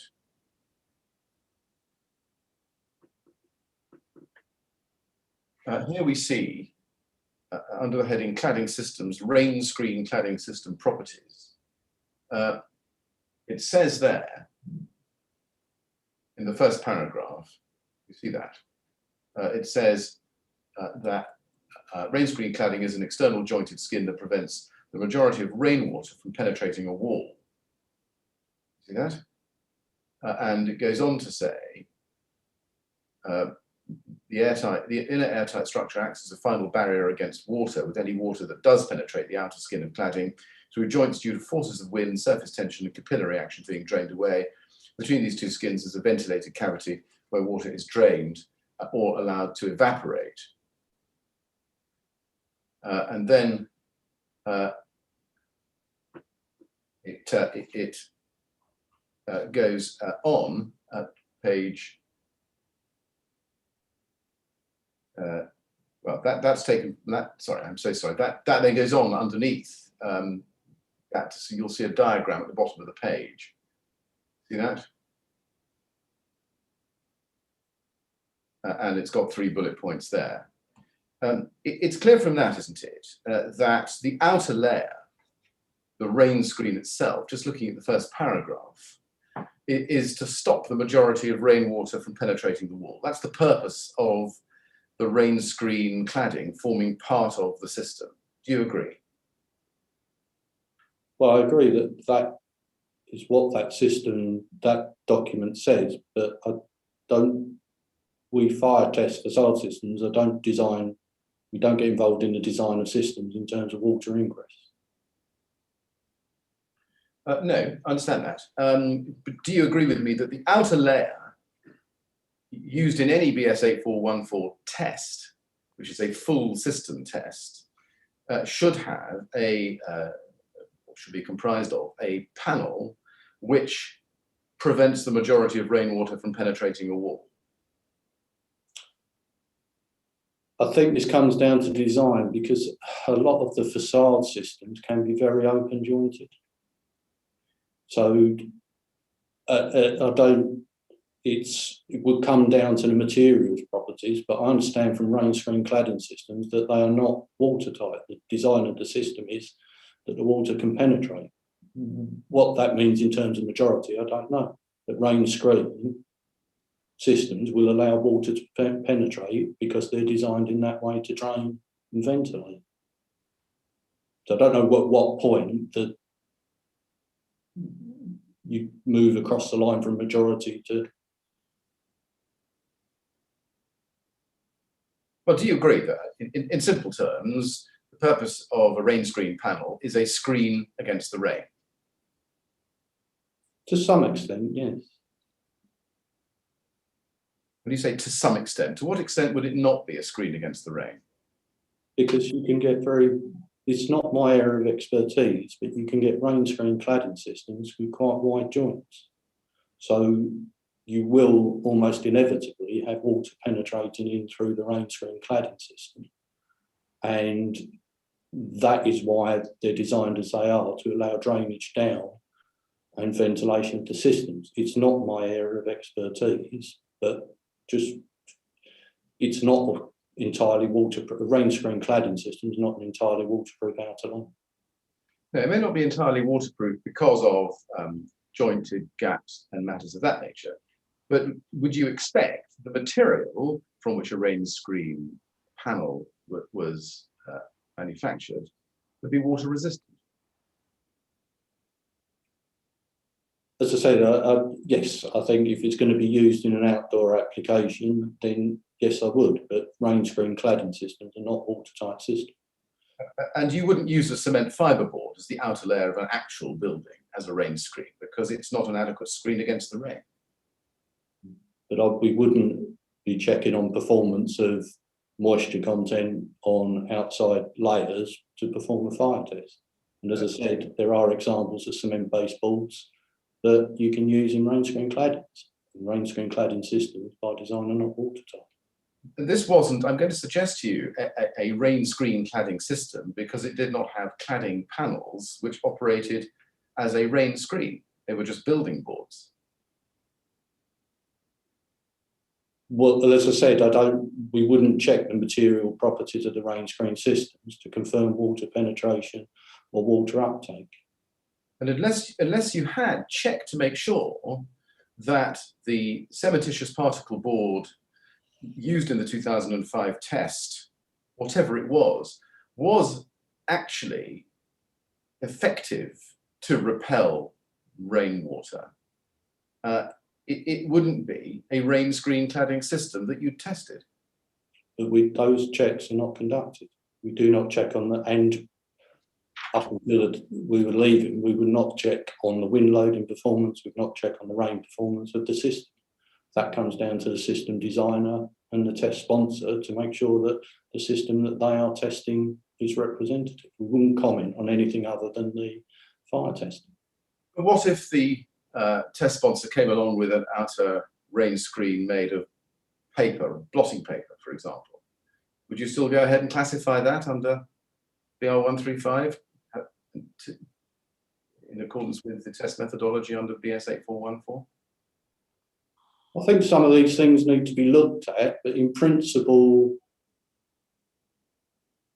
I think that's a more difficult question from something that's you wouldn't test blotting paper. I do think there is a line to be drawn that labs shouldn't comment on design. And if you can test to a standard and it falls within the scope of the standard, then that is a reason for classification. And in 2015, Mr. Howard, where did you draw that line? My view was that the system was in compliance with BS 8414, therefore we could issue a classification on that basis. I know that was the consequence. My question is, where did you draw the line which you referred to a moment ago when you said you wouldn't test blotting paper? When you wouldn't test blotting paper, but you would classify a test which would use cementitious particle board, where is the line to be drawn between blotting paper and a cementitious particle board, please? I'm not sure that I can answer that question currently. I think things have moved on considerably. Experience is different. I think the system that was classified, in my view, complied with the BS 8414 standard. I think if it had been a more fragile system, if we got asked to, say, classify without a facade at all, then that I think I would have taken advice, because that's beyond the limits of the standard. Who would you have taken advice from? Possibly Sarah Colwell, Tony Baker, Debbie Smith. So I think from that last answer, it's right, is it, that at the time in mid to late 2015, you did understand that there was a line between what was compliant with the BS 8414 standard so far as components were concerned to make up the system and what wasn't. Is that right? No, it's more a procedural and classification issue, really. It's whether BRE, whether we regarded just a pure insulation test or something with blotting paper on the front as an indicative test and reported it accordingly, or whether that would be given the status of a full test report. If it's given the full status of a test report, then I think my position is it should be classified. I just want to explore that a little bit, please. You say it's whether the BRE regarded it as a pure insulation test or something with blotting paper on the front. Just taking it in stages, do you agree that the BS 8414 test was a full system test? Yes, it's a system test. Not a product test? No, it's a system test. And that in order to test the full system, the system has to be a rain screen system? Yes, you are testing a system in accordance with BS 8414. And in order to be that system has to have a material or product acting as the rain screen, which in fact does act as a rain screen. Yes, but as I said, we would make no checks on other aspects of board performance, because what the manufacturer or test sponsor is doing is supplying a product to market. All we're engaged to do is review the fire performance of that board. We wouldn't go on from that and check things like wind loading, durability, water ingress of what the rest of the product on the system was tested. Mr. Millett, forgive my interruption, but didn't we investigate this pretty thoroughly last week? We did, Mr. Chairman. I'm just going, it's a precursor to where I'm going next. Well, perhaps we could go there. Can we go to page 6 of the classification report?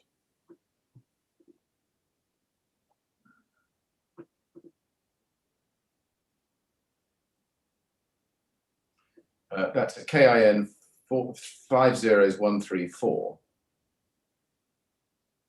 KIN 50134.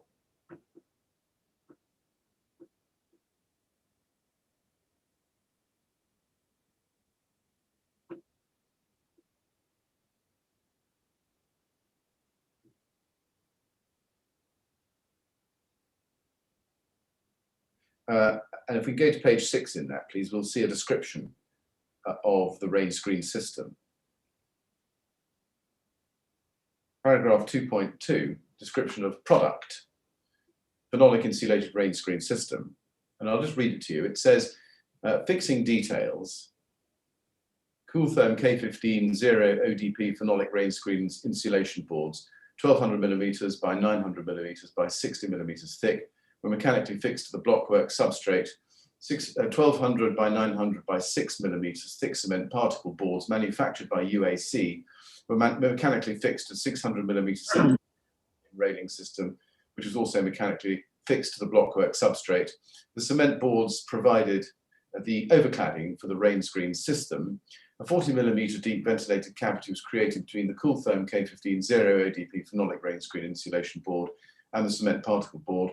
Fire stopping was provided by a ventilated rain screen barrier system comprising of nominal 2.5 millimeters thick graphite-based intumescent strip, bonded to nominal 0.6 millimeter thick galvanized steel sheet, and positioned 0.5 meters and 4 meters above the fire chamber or both the main face and the wing face. Did you take that straight from the 2005 test report, or did you redraft it in any way, do you think? I can't recall. That looks like it was taken straight from the test report.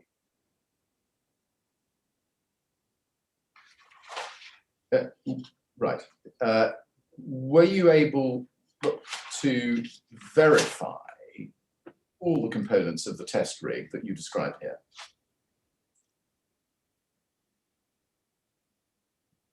Well, the description there probably needs to be checked back against the test report. If the test report is, if that is the description within the test report, then that was what was used as part of this classification. I see. So you didn't actually take steps to go behind the original test report to check the components of the test rig? No, as I said, we would issue the process for issuing a classification report is the classification is issued against the test report. Yes. So you didn't, just to be clear, look at the delivery notes, the full set of photographs, or the video files? No, by the time the test report is issued, it's in place. Now, we know that the system didn't in fact incorporate a cement particle board manufactured by UAC. The building board in fact used was a cellulose fibre cement board. Did you know that? No, I didn't. Right. Looking at the description of the fire barriers, I've read this to you. We can go back to it, please, page 6.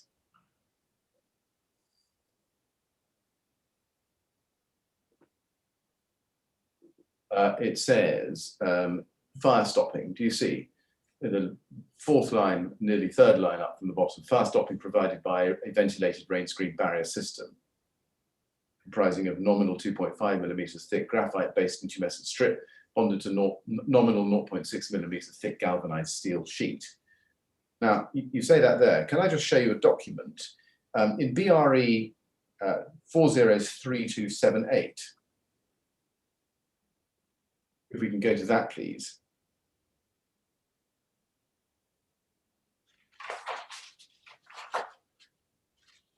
BRE 403278.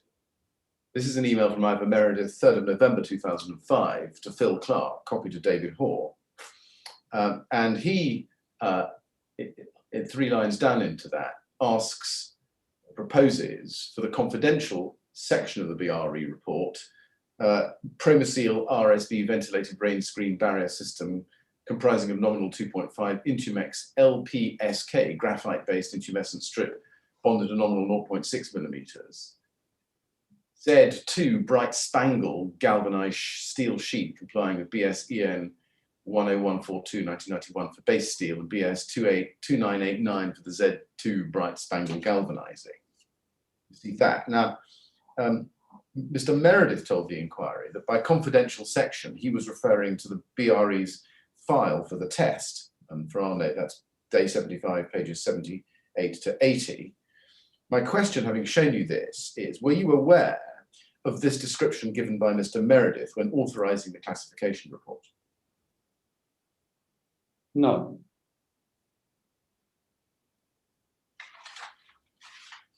So, is it right then that you had no idea who the manufacturer of the fire barriers was? Not at that time, no. Did you have the manufacturer's details on a file anywhere? Well, as I said, the only file that we had access to was a test report.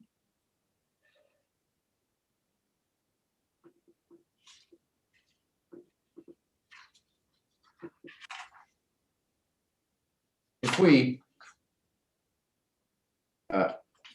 put the 2005 test report and the 2015 classification report up at the same time, we just do that. BRE 402511, page 6, and KIN 50134, page 6.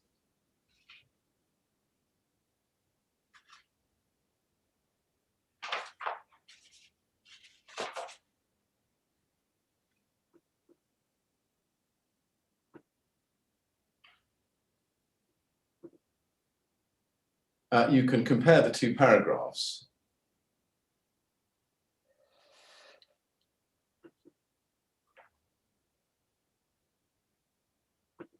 And you can see that in the version on the right-hand side of the screen, see that, which is the 2005 test report, in the last few words of that paragraph under fixing details, the words in brackets say full manufacturer's details are held on file. Those words have been deleted or not carried across, at least. to the description of product in the classification report in 2015. You see that? Yes. Did you notice that those words hadn't been carried across when you authorised the 2015 classification report? I don't recall. I mean, the classification report refers specifically to a test report. So the classification report should be read in conjunction with the test report. And therefore, it's regarded as a summary of the test report. Yes, my question is, when you authorised the 2015 classification report, did you notice that the words full manufacturer's details are held on file had not been carried across into the 2015 version from the 2005 test report? As I've checked the report, yes, I would have been aware that those statements have been removed. Yes, and did you ask yourself why that statement had been removed? No, as I said, the classification report, the description in the classification report's a summary.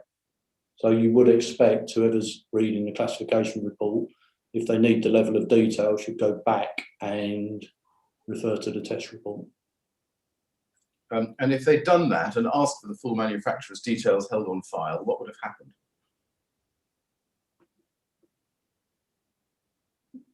Then it would have been a referral back to Kingspan to provide the details of what was there. We wouldn't have entered into discussion directly on that test report. The referral would have been made back to Kingspan. Why were you issuing a classification report without the manufacturer's details available, as had been the case when the test report had been produced?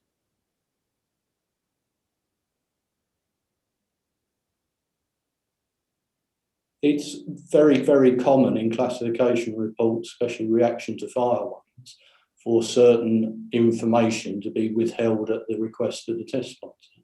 It didn't strike me as anything unusual at that time. Did Kingspan ask you to withhold any information which otherwise would go into the this classification report? No. So to ask my question again, please, why were you issuing a classification report without the manufacturer's details available, as had been the case at the time of the issue of the test report? Because, as I said, it's pretty common practice for reaction to fire test reports to have certain items removed. Now, if we were asked that question, although we didn't have the test file, we probably would have been able to come up with those details of what was in that test report if we were asked directly. As I said, issuing test reports and classification reports with specific manufacturer's details is common. Yes, I'm sorry to press you a little bit. I'm not quite sure we've got to the bottom of this. You could see when you authorised the 2015 classification report that the original 2005 test report referred to a file containing manufacturer's details, yes? Yeah. When you authorised the 2015 report, did you ask VIDA or ask Kingspan for that manufacturer's details file?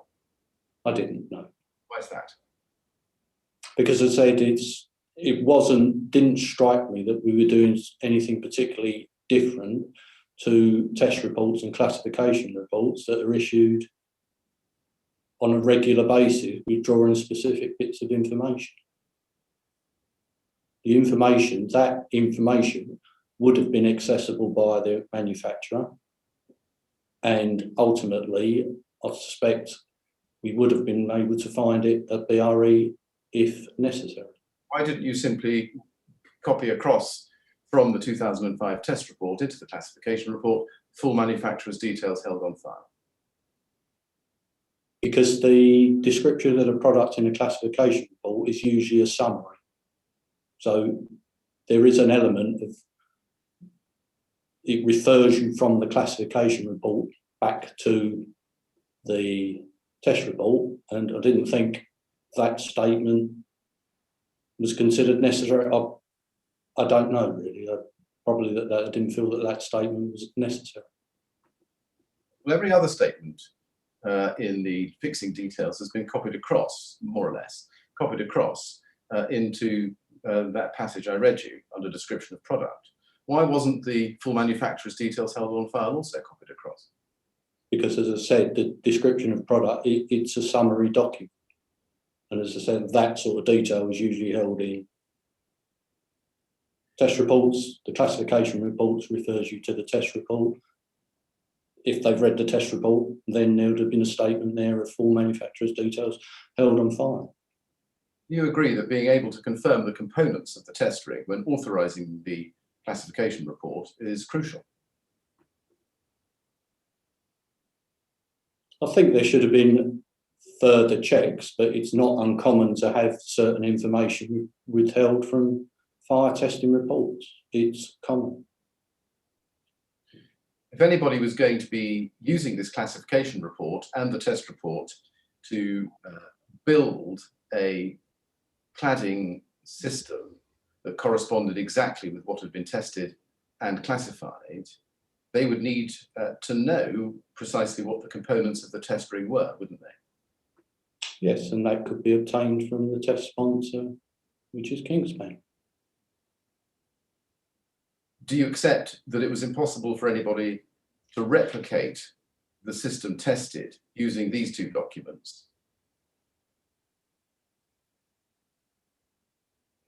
It would depend on what information is contained within the drawings.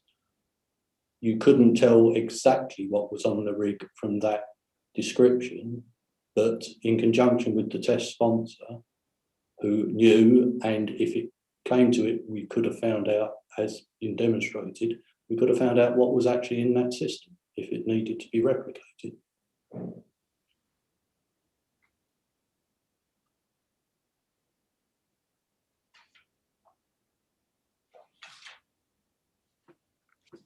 Do you accept that it was impossible for anyone to design a compliant building on the basis of this test report and this classification report?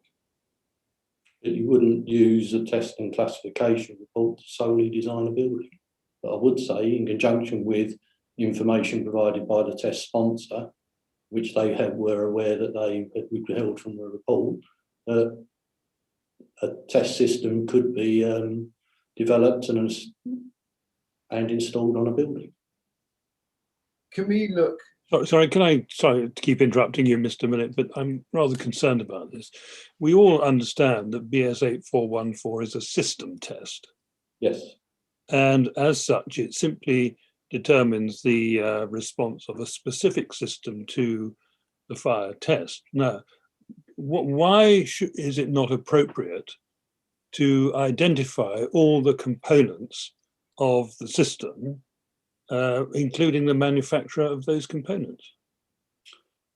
It is, but the across on the European scale, across Europe, there's a framework for testing under the Construction Products Regulation system, and under that system, manufacturers are permitted to withhold data, and it's common within the test reports. Now, BRE can provide substantiated evidence of this in terms of the standards that have been referred to, but beyond that, it's down to the test sponsor to act and provide the additional information. So your understanding is that the test sponsor, as you put it, can decide the extent to which the products used in his system are identified. On a lot of testing, especially reaction to fire, they can put in statements that essentially it's not adequately specified, and that is fairly common across reaction to fire testing. All right, thank you, that's helpful. I didn't realise that. Yes, Mr. Millett.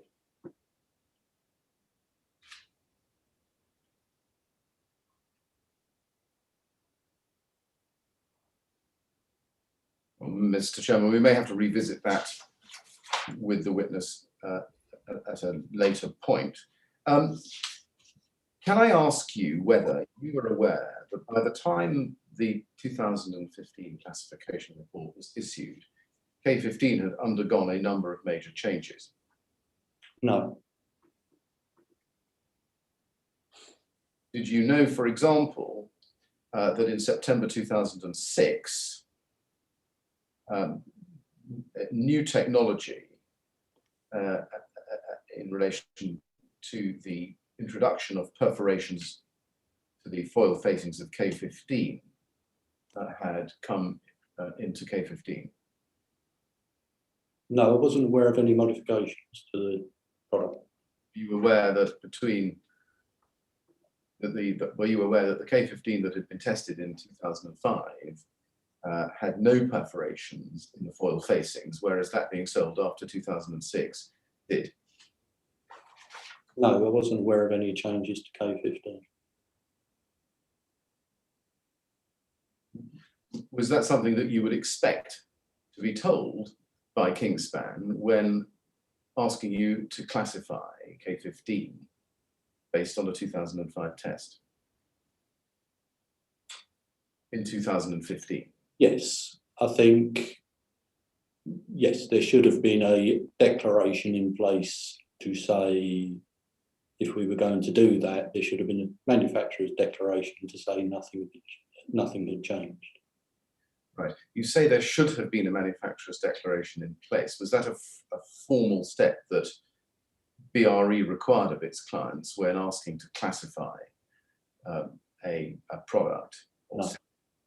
based on an earlier test? No. So when you say there should have been a manufacturer's declaration, is that something you've ever seen before? As of 2015, had you ever seen such a declaration before that? We'd asked for statements in effect that products had not changed following when requests had come in for change of name. You wouldn't usually ask for that sort of declaration against a test report, because the test report's a statement of fact and of a specific moment in time.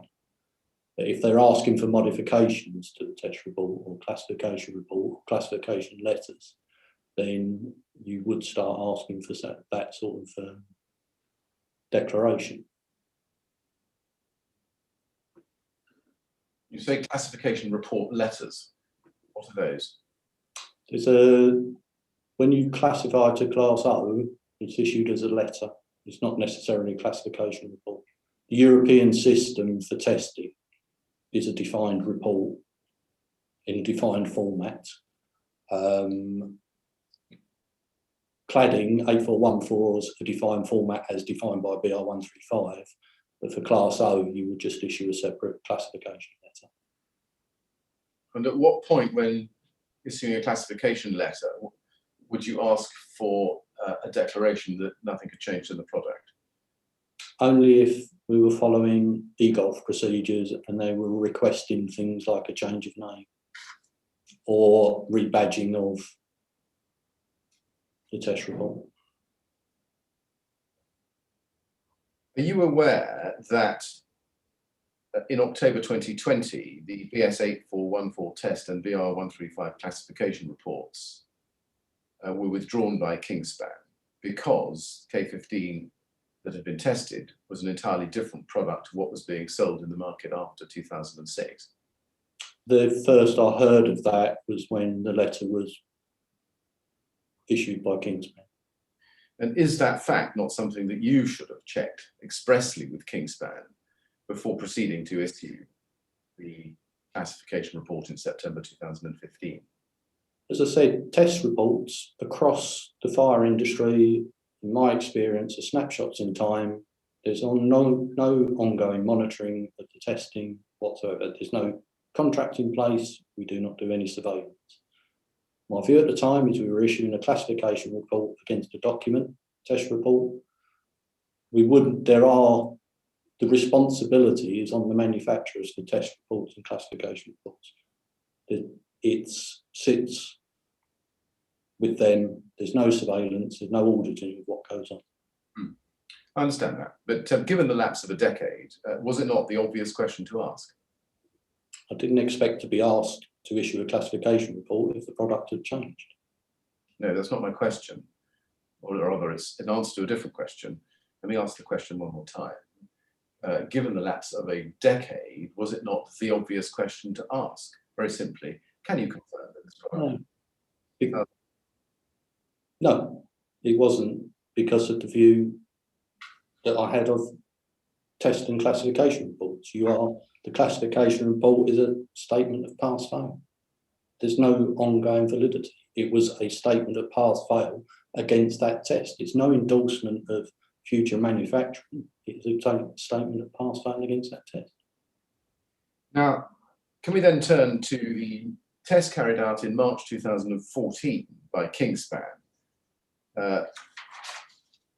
on a system incorporating a Trespa rain screen over K15 insulation. The test, I think we've seen the documents relating to it earlier, was carried out on the 19th of March 2014.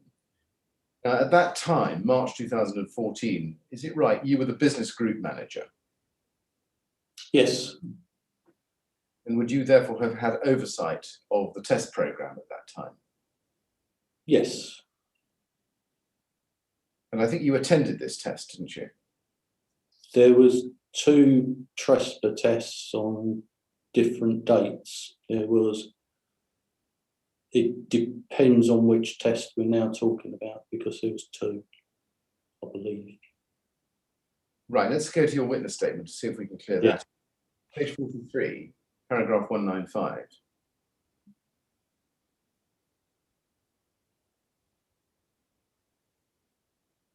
And the question is question 7. We need to go up the screen a little bit, please. If we can go up the screen, see question 7. Test report 293940, dated 26th June 2014, a copy of which is attached for your reference, was approved and signed by you. The test sponsor was Kingspan Insulation. Right. And the system tested to BS 8414, Part 1, 2005 on 19th March 2014, incorporated K15. And at 195, you just go down the page, you say, in answer to the question, who was present during this test, both from the BRE and the test sponsor, I understand the following people were present from BRE: Phil Clark, Harry Granados, Tom Lennon, and myself. So we can take it that you did attend this test. Yes, I did. There was 2, hence. All right. And if we go back a little bit, please, up the screen at paragraph 193, we can see that you say there that the test was, in the middle of the paragraph, deemed to be terminated prematurely due to flames off the top of the rig. See that? Yeah. And then you go on to say, as such, the test system could not be classified to BR 135. This was disputed by Kingspan, who disagreed with BRE's interpretation of BS 8414 in this respect. BRE treated this as a formal complaint and maintained its unwillingness to classify the system to BR 135. Now,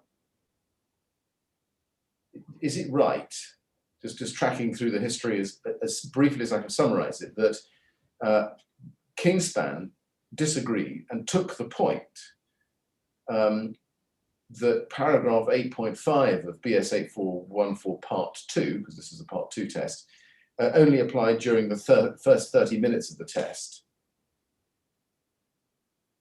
Yes, I understand that was their objection, or the point in which they wished to contest the result. And then the BRE considered that to be a formal complaint, and the formal complaint procedures were invoked. Yes. Now let's go to BRE 301568, please. This is an email in May 2014. If we go down to page 2, you can see the one I want. It's an email from Tony Millichap, bottom part of the screen, email from Tony Miller-Chap, 21st of May 2014, to BRE Quality Group. And you are one of the people copied in on that email. You see that? Yes. And is also copied to T. Randall at Fenwick Elliott, who I think were Kingspan's lawyers at the time, weren't they? I wasn't aware of that. We'll take it from me that they. In the second paragraph, you can see that Mr. Miller-Chap refers to a meeting that took place on the 9th of May. And he says, at a recent meeting dated Friday 9th May between your Mr. Stephen Howard and Mr. Tony Baker, our Mr. Ivan Meredith and myself, we confirmed we still wish to receive the test report according to the test standard BSA 414 Part 2, 2005. I would also like a classification against BR 135. And then he goes on to say points verified at the meeting include full draft test report to be supplied at the earliest opportunity. The test was valid and accorded to all the needs of the standard. Video evidence from the rearward cameras was requested. Interpretation against the BR 135 criteria is not limited to the BRE. BRE has proposed an amendment to the standard to define the test duration at 60 minutes, and then questions underneath that.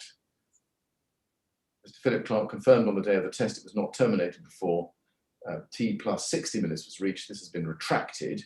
Definition of the test duration. It is our contention that the full test duration is variable between T plus 30 minutes and T plus 60 minutes. This is evidenced in the standard B3.4 and BR 135B2. Now, does his record thus far, and there is more of it over the page, but thus far, does that correspond with your recollection of the meeting?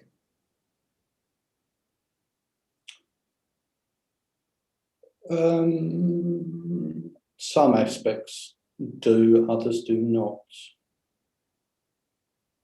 I mean, the second line, the test was valid and accorded all the needs of the test standard. Well, that was being, well, it depends on what he meant by that. I don't really know. At all events, do you recall the basic point, which is that at that meeting, Kingspan made it clear that they wanted a test report from the BRE? Yes. Did they explain why they wanted a test report? The inference was that they were going to take it to someone else to obtain a BR 135 classification. You said that was the inference. Did you ask the question, why do you want a test report, given that it was terminated early? No, because they're entitled to a test report.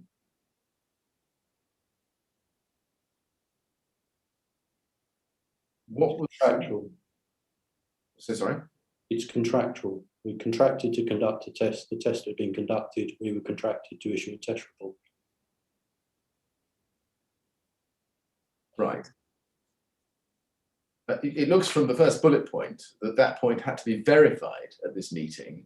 Full draft test report to be supplied at the earliest opportunity. If you were contractually bound to produce one, notwithstanding that it had been terminated, why was this even on the up for discussion? Because it's quite common if you had a test that doesn't complete or fails to basically to ask whether a test report is required.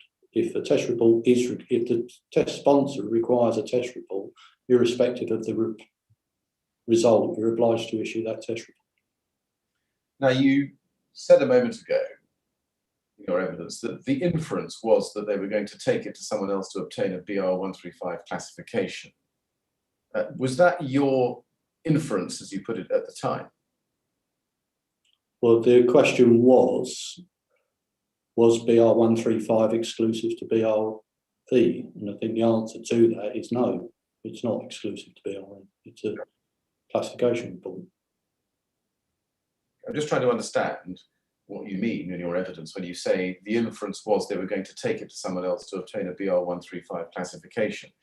Did you suspect that they were going to take the test report and go and get a BR 135 classification from somebody else? Yes. Because you were refusing to do one? Yes. Who would produce one? What sort of person would produce one? Well, another test laboratory could produce it, but classification reports are not exclusive to laboratories. Now, They are a public domain document. A consultant could produce it.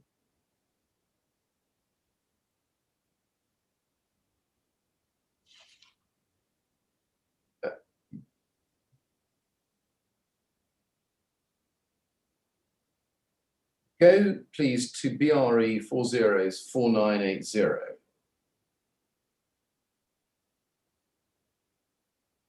Because I think your inference as you just described it is actually reflected at the time. This is BRE 404980.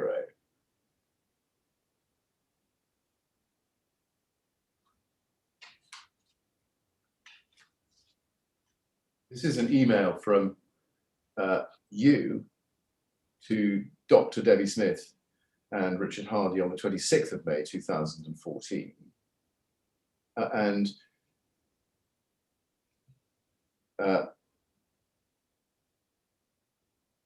If you go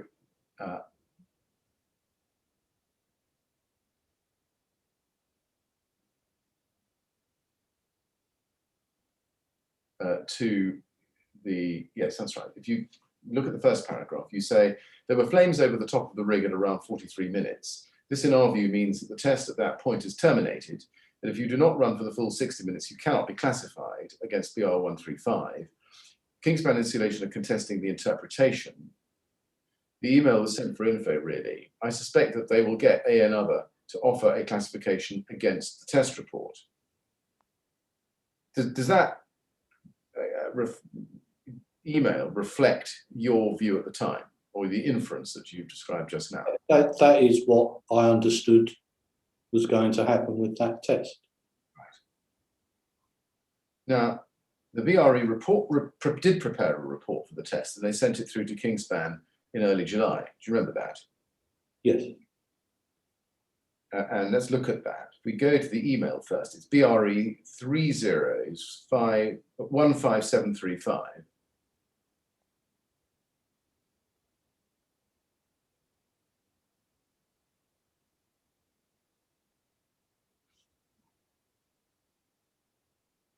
And it's an email from you to Robbie Scott.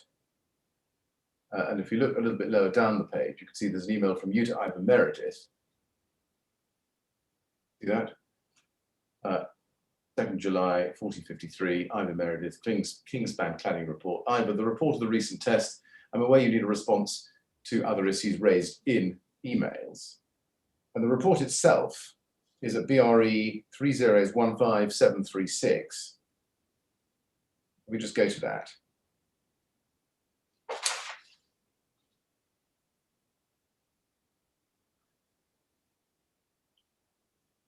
Is this the test report that you sent Mr. Meredith on the 2nd of July? Yes, I believe so. And it's dated the 26th of June 2014, and it bears the number 293940. Just note that number, please, for the time being, 293940. And I think if you look at page 2, you'll see you authorized this report. We just look, there's your name and signature. Now, can we go to BRE 18037, please?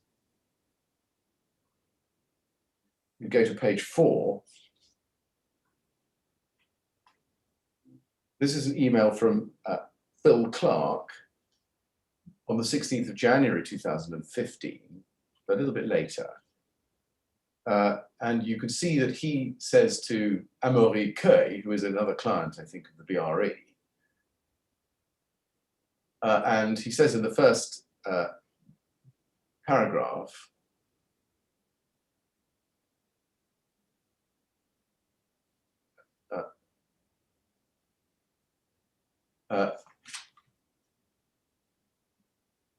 he says there, good morning, Amaury, I hope you're well.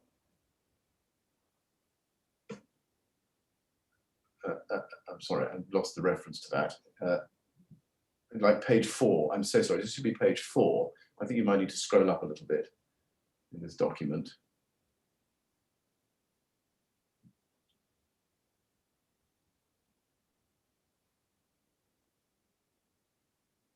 And if you go up the page a little bit, please. I'm looking for the email of the 16th of January, which I think is at the bottom of the screen. My screen seems to be jumping about a bit. I apologise. That's the one I want. It's an email from Phil Clark, the 16th of January 2015. Good morning, Anne-Marie. I hope you are well. I would suggest that you discuss the issuing of a report with Mr. Howard, as we do not issue BS 8414 reports if the system did not complete the test requirements. I'm happy to draft a quick letter report showing the data which Steve may be able to forward to you.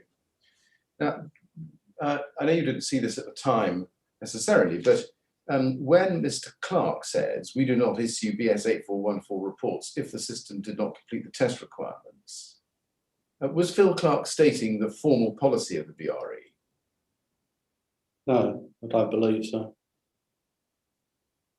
Why did he say it then, do you know? I don't. If you run a test and the client requests a test report, whatever that test result is, my understanding is that we're contractually obliged to issue. Right. So Mr. Clark is telling Miss Anne-Marie Coy something which wasn't correct. Is that right? When he says that the BRE doesn't issue BS 8414 tests if the system doesn't complete the test requirements? Yes, I don't believe that that is correct. Why would he say it? I don't know, but as I said, contractually, BRE or any test lab, you are contractually obliged to issue a test report. Well, let's go back then to the email run we were looking at before, which is May 2014, so a little bit earlier in time.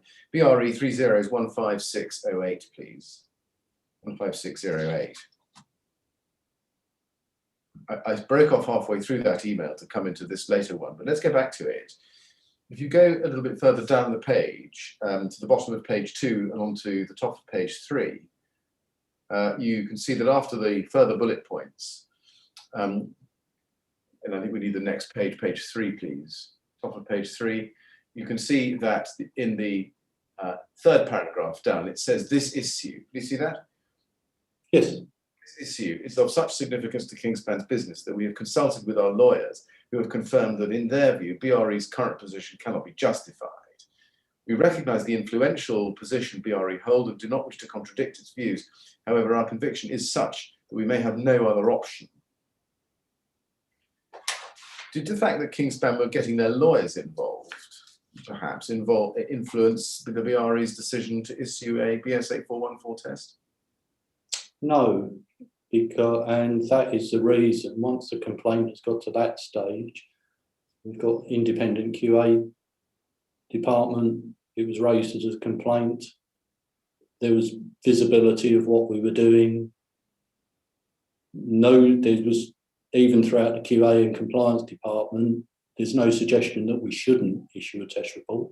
My position is whether a test passes or fails, we've been paid to issue a test report, and that is what we are contracted to do. There wasn't a position where BRE would refuse to issue a test report based on test performance, or I am not aware of it. Mr. Clark's evidence that it was very unusual for the BRE to issue a test report where the test had been terminated early. It is unusual but it's not unheard of. It's unusual because for the most part, the way you conduct the testing, they don't want a full test report for a failed test. Clients don't generally want that. So it's offered, and often you will close a contract with just a simple letter. But that won't be the only example of BRE offering a test report on a test that's failed. But he also, I think, indicated in his evidence that he was very uncomfortable when the BRE agreed to produce a test report for this test, notwithstanding that it had been terminated early. But as I said, the contractual position is run the test, and as part of that, you produce a test report. Then it doesn't say on the basis if the test passes, it's a test report. Yes, that wasn't the impression one got from his evidence. he wouldn't be uncomfortable about producing a test report if in fact it was something that the BRE was contractually obliged to do anyway, would he? Can you comment on that? Well, all I can say is the statement that we don't issue or we didn't issue test reports for failed tests is incorrect. Or as I'm here, that's not my understanding. And the QA, this complaint was under the scrutiny of our QA department and others, and there's no mention in there that we should not issue a test report. There's nothing within our procedures to say we shouldn't issue a test report against a failed test.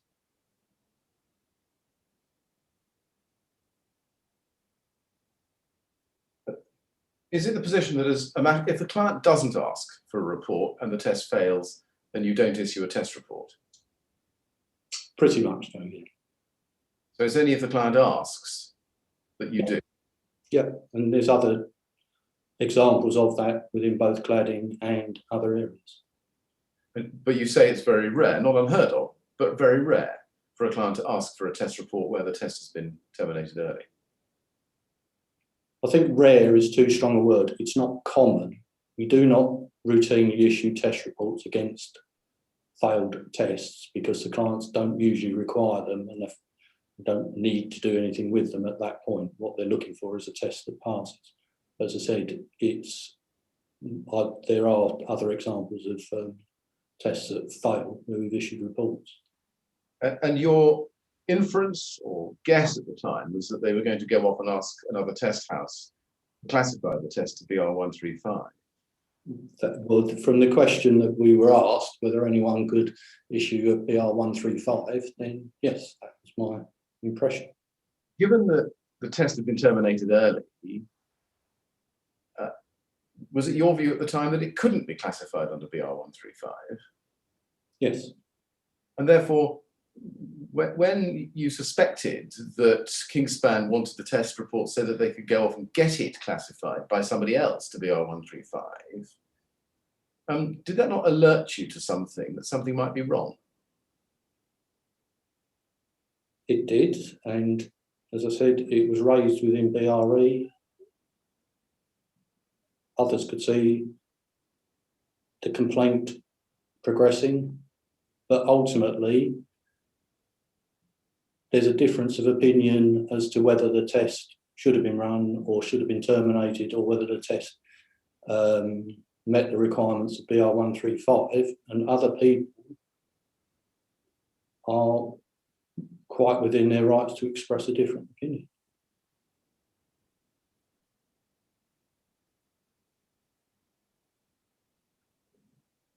We don't see you anywhere saying to Kingspan, well, we don't agree with you, but the view you're taking about test failure is a tenable view, so by all means get a second opinion. You don't say that anywhere in the documents we've seen.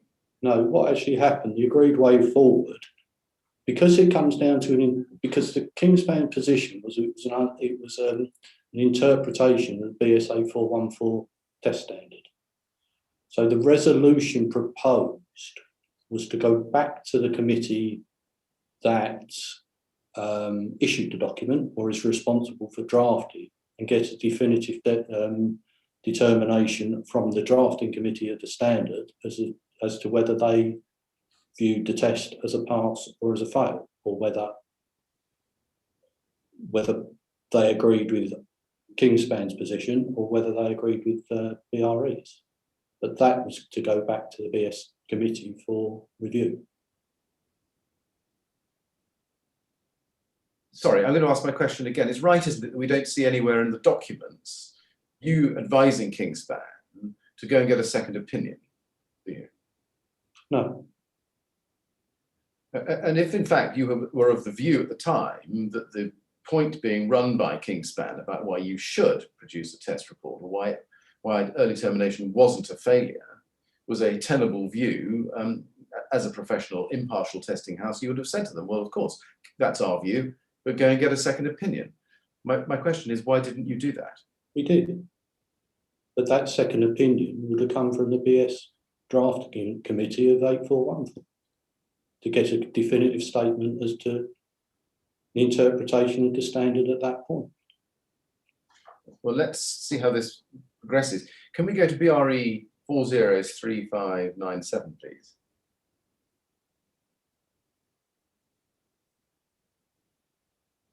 This is an email from Robbie Scott to you and Phil Clark on the 12th of June 2014. And he asks the question, which bit is inconclusive? And you need to see the email immediately. Right, I'm so sorry, I'm on my system. If you look at the screen, the top email is an email of the 11th of June. I've gone down. Sorry, we're jumping around. I think the system's a bit jumpy. Could you go down to the bottom of the screen? There's an email from Robbie Scott, 11th of June 2014, to you and Phil Clark. Hi, Steve / Phil. Following the investigation meeting last Friday, please find my summary attached. I'm proposing to set up a meeting with you both at the earliest opportunity, as I feel this complaint is inconclusive. I would advise not to send out the test report until we have resolved the complaint. And then you, I think, respond on the 12th of June. If we scroll up, please, next day, and you say, which bit is inconclusive? DS, Kingspan, /cladding, not passing, etc. You see that? Yes. Did you write that? There's your words. Yes. I'm just trying to work this out, because what bit is inconclusive? Is that your question? To Robin, yes. And the bit underneath it, DS, Kingspan, cladding, not passing. Is that, did you write that, or was that his embedded response? No, I wrote that. I see. You wrote that. Okay. What does that mean? What it actually means is to Debbie Smith, just to put the email in context, because you have a large volume of emails. We had a large volume of emails at BRE, and it was just a note to Debbie to give a reminder to say the email below is regarding Kingspan cladding and the outstanding complaint against them. I see. Because this was this was a reminder to her who'd see this. Yeah. Is that how it works? It was literally just to say Debbie was extremely busy.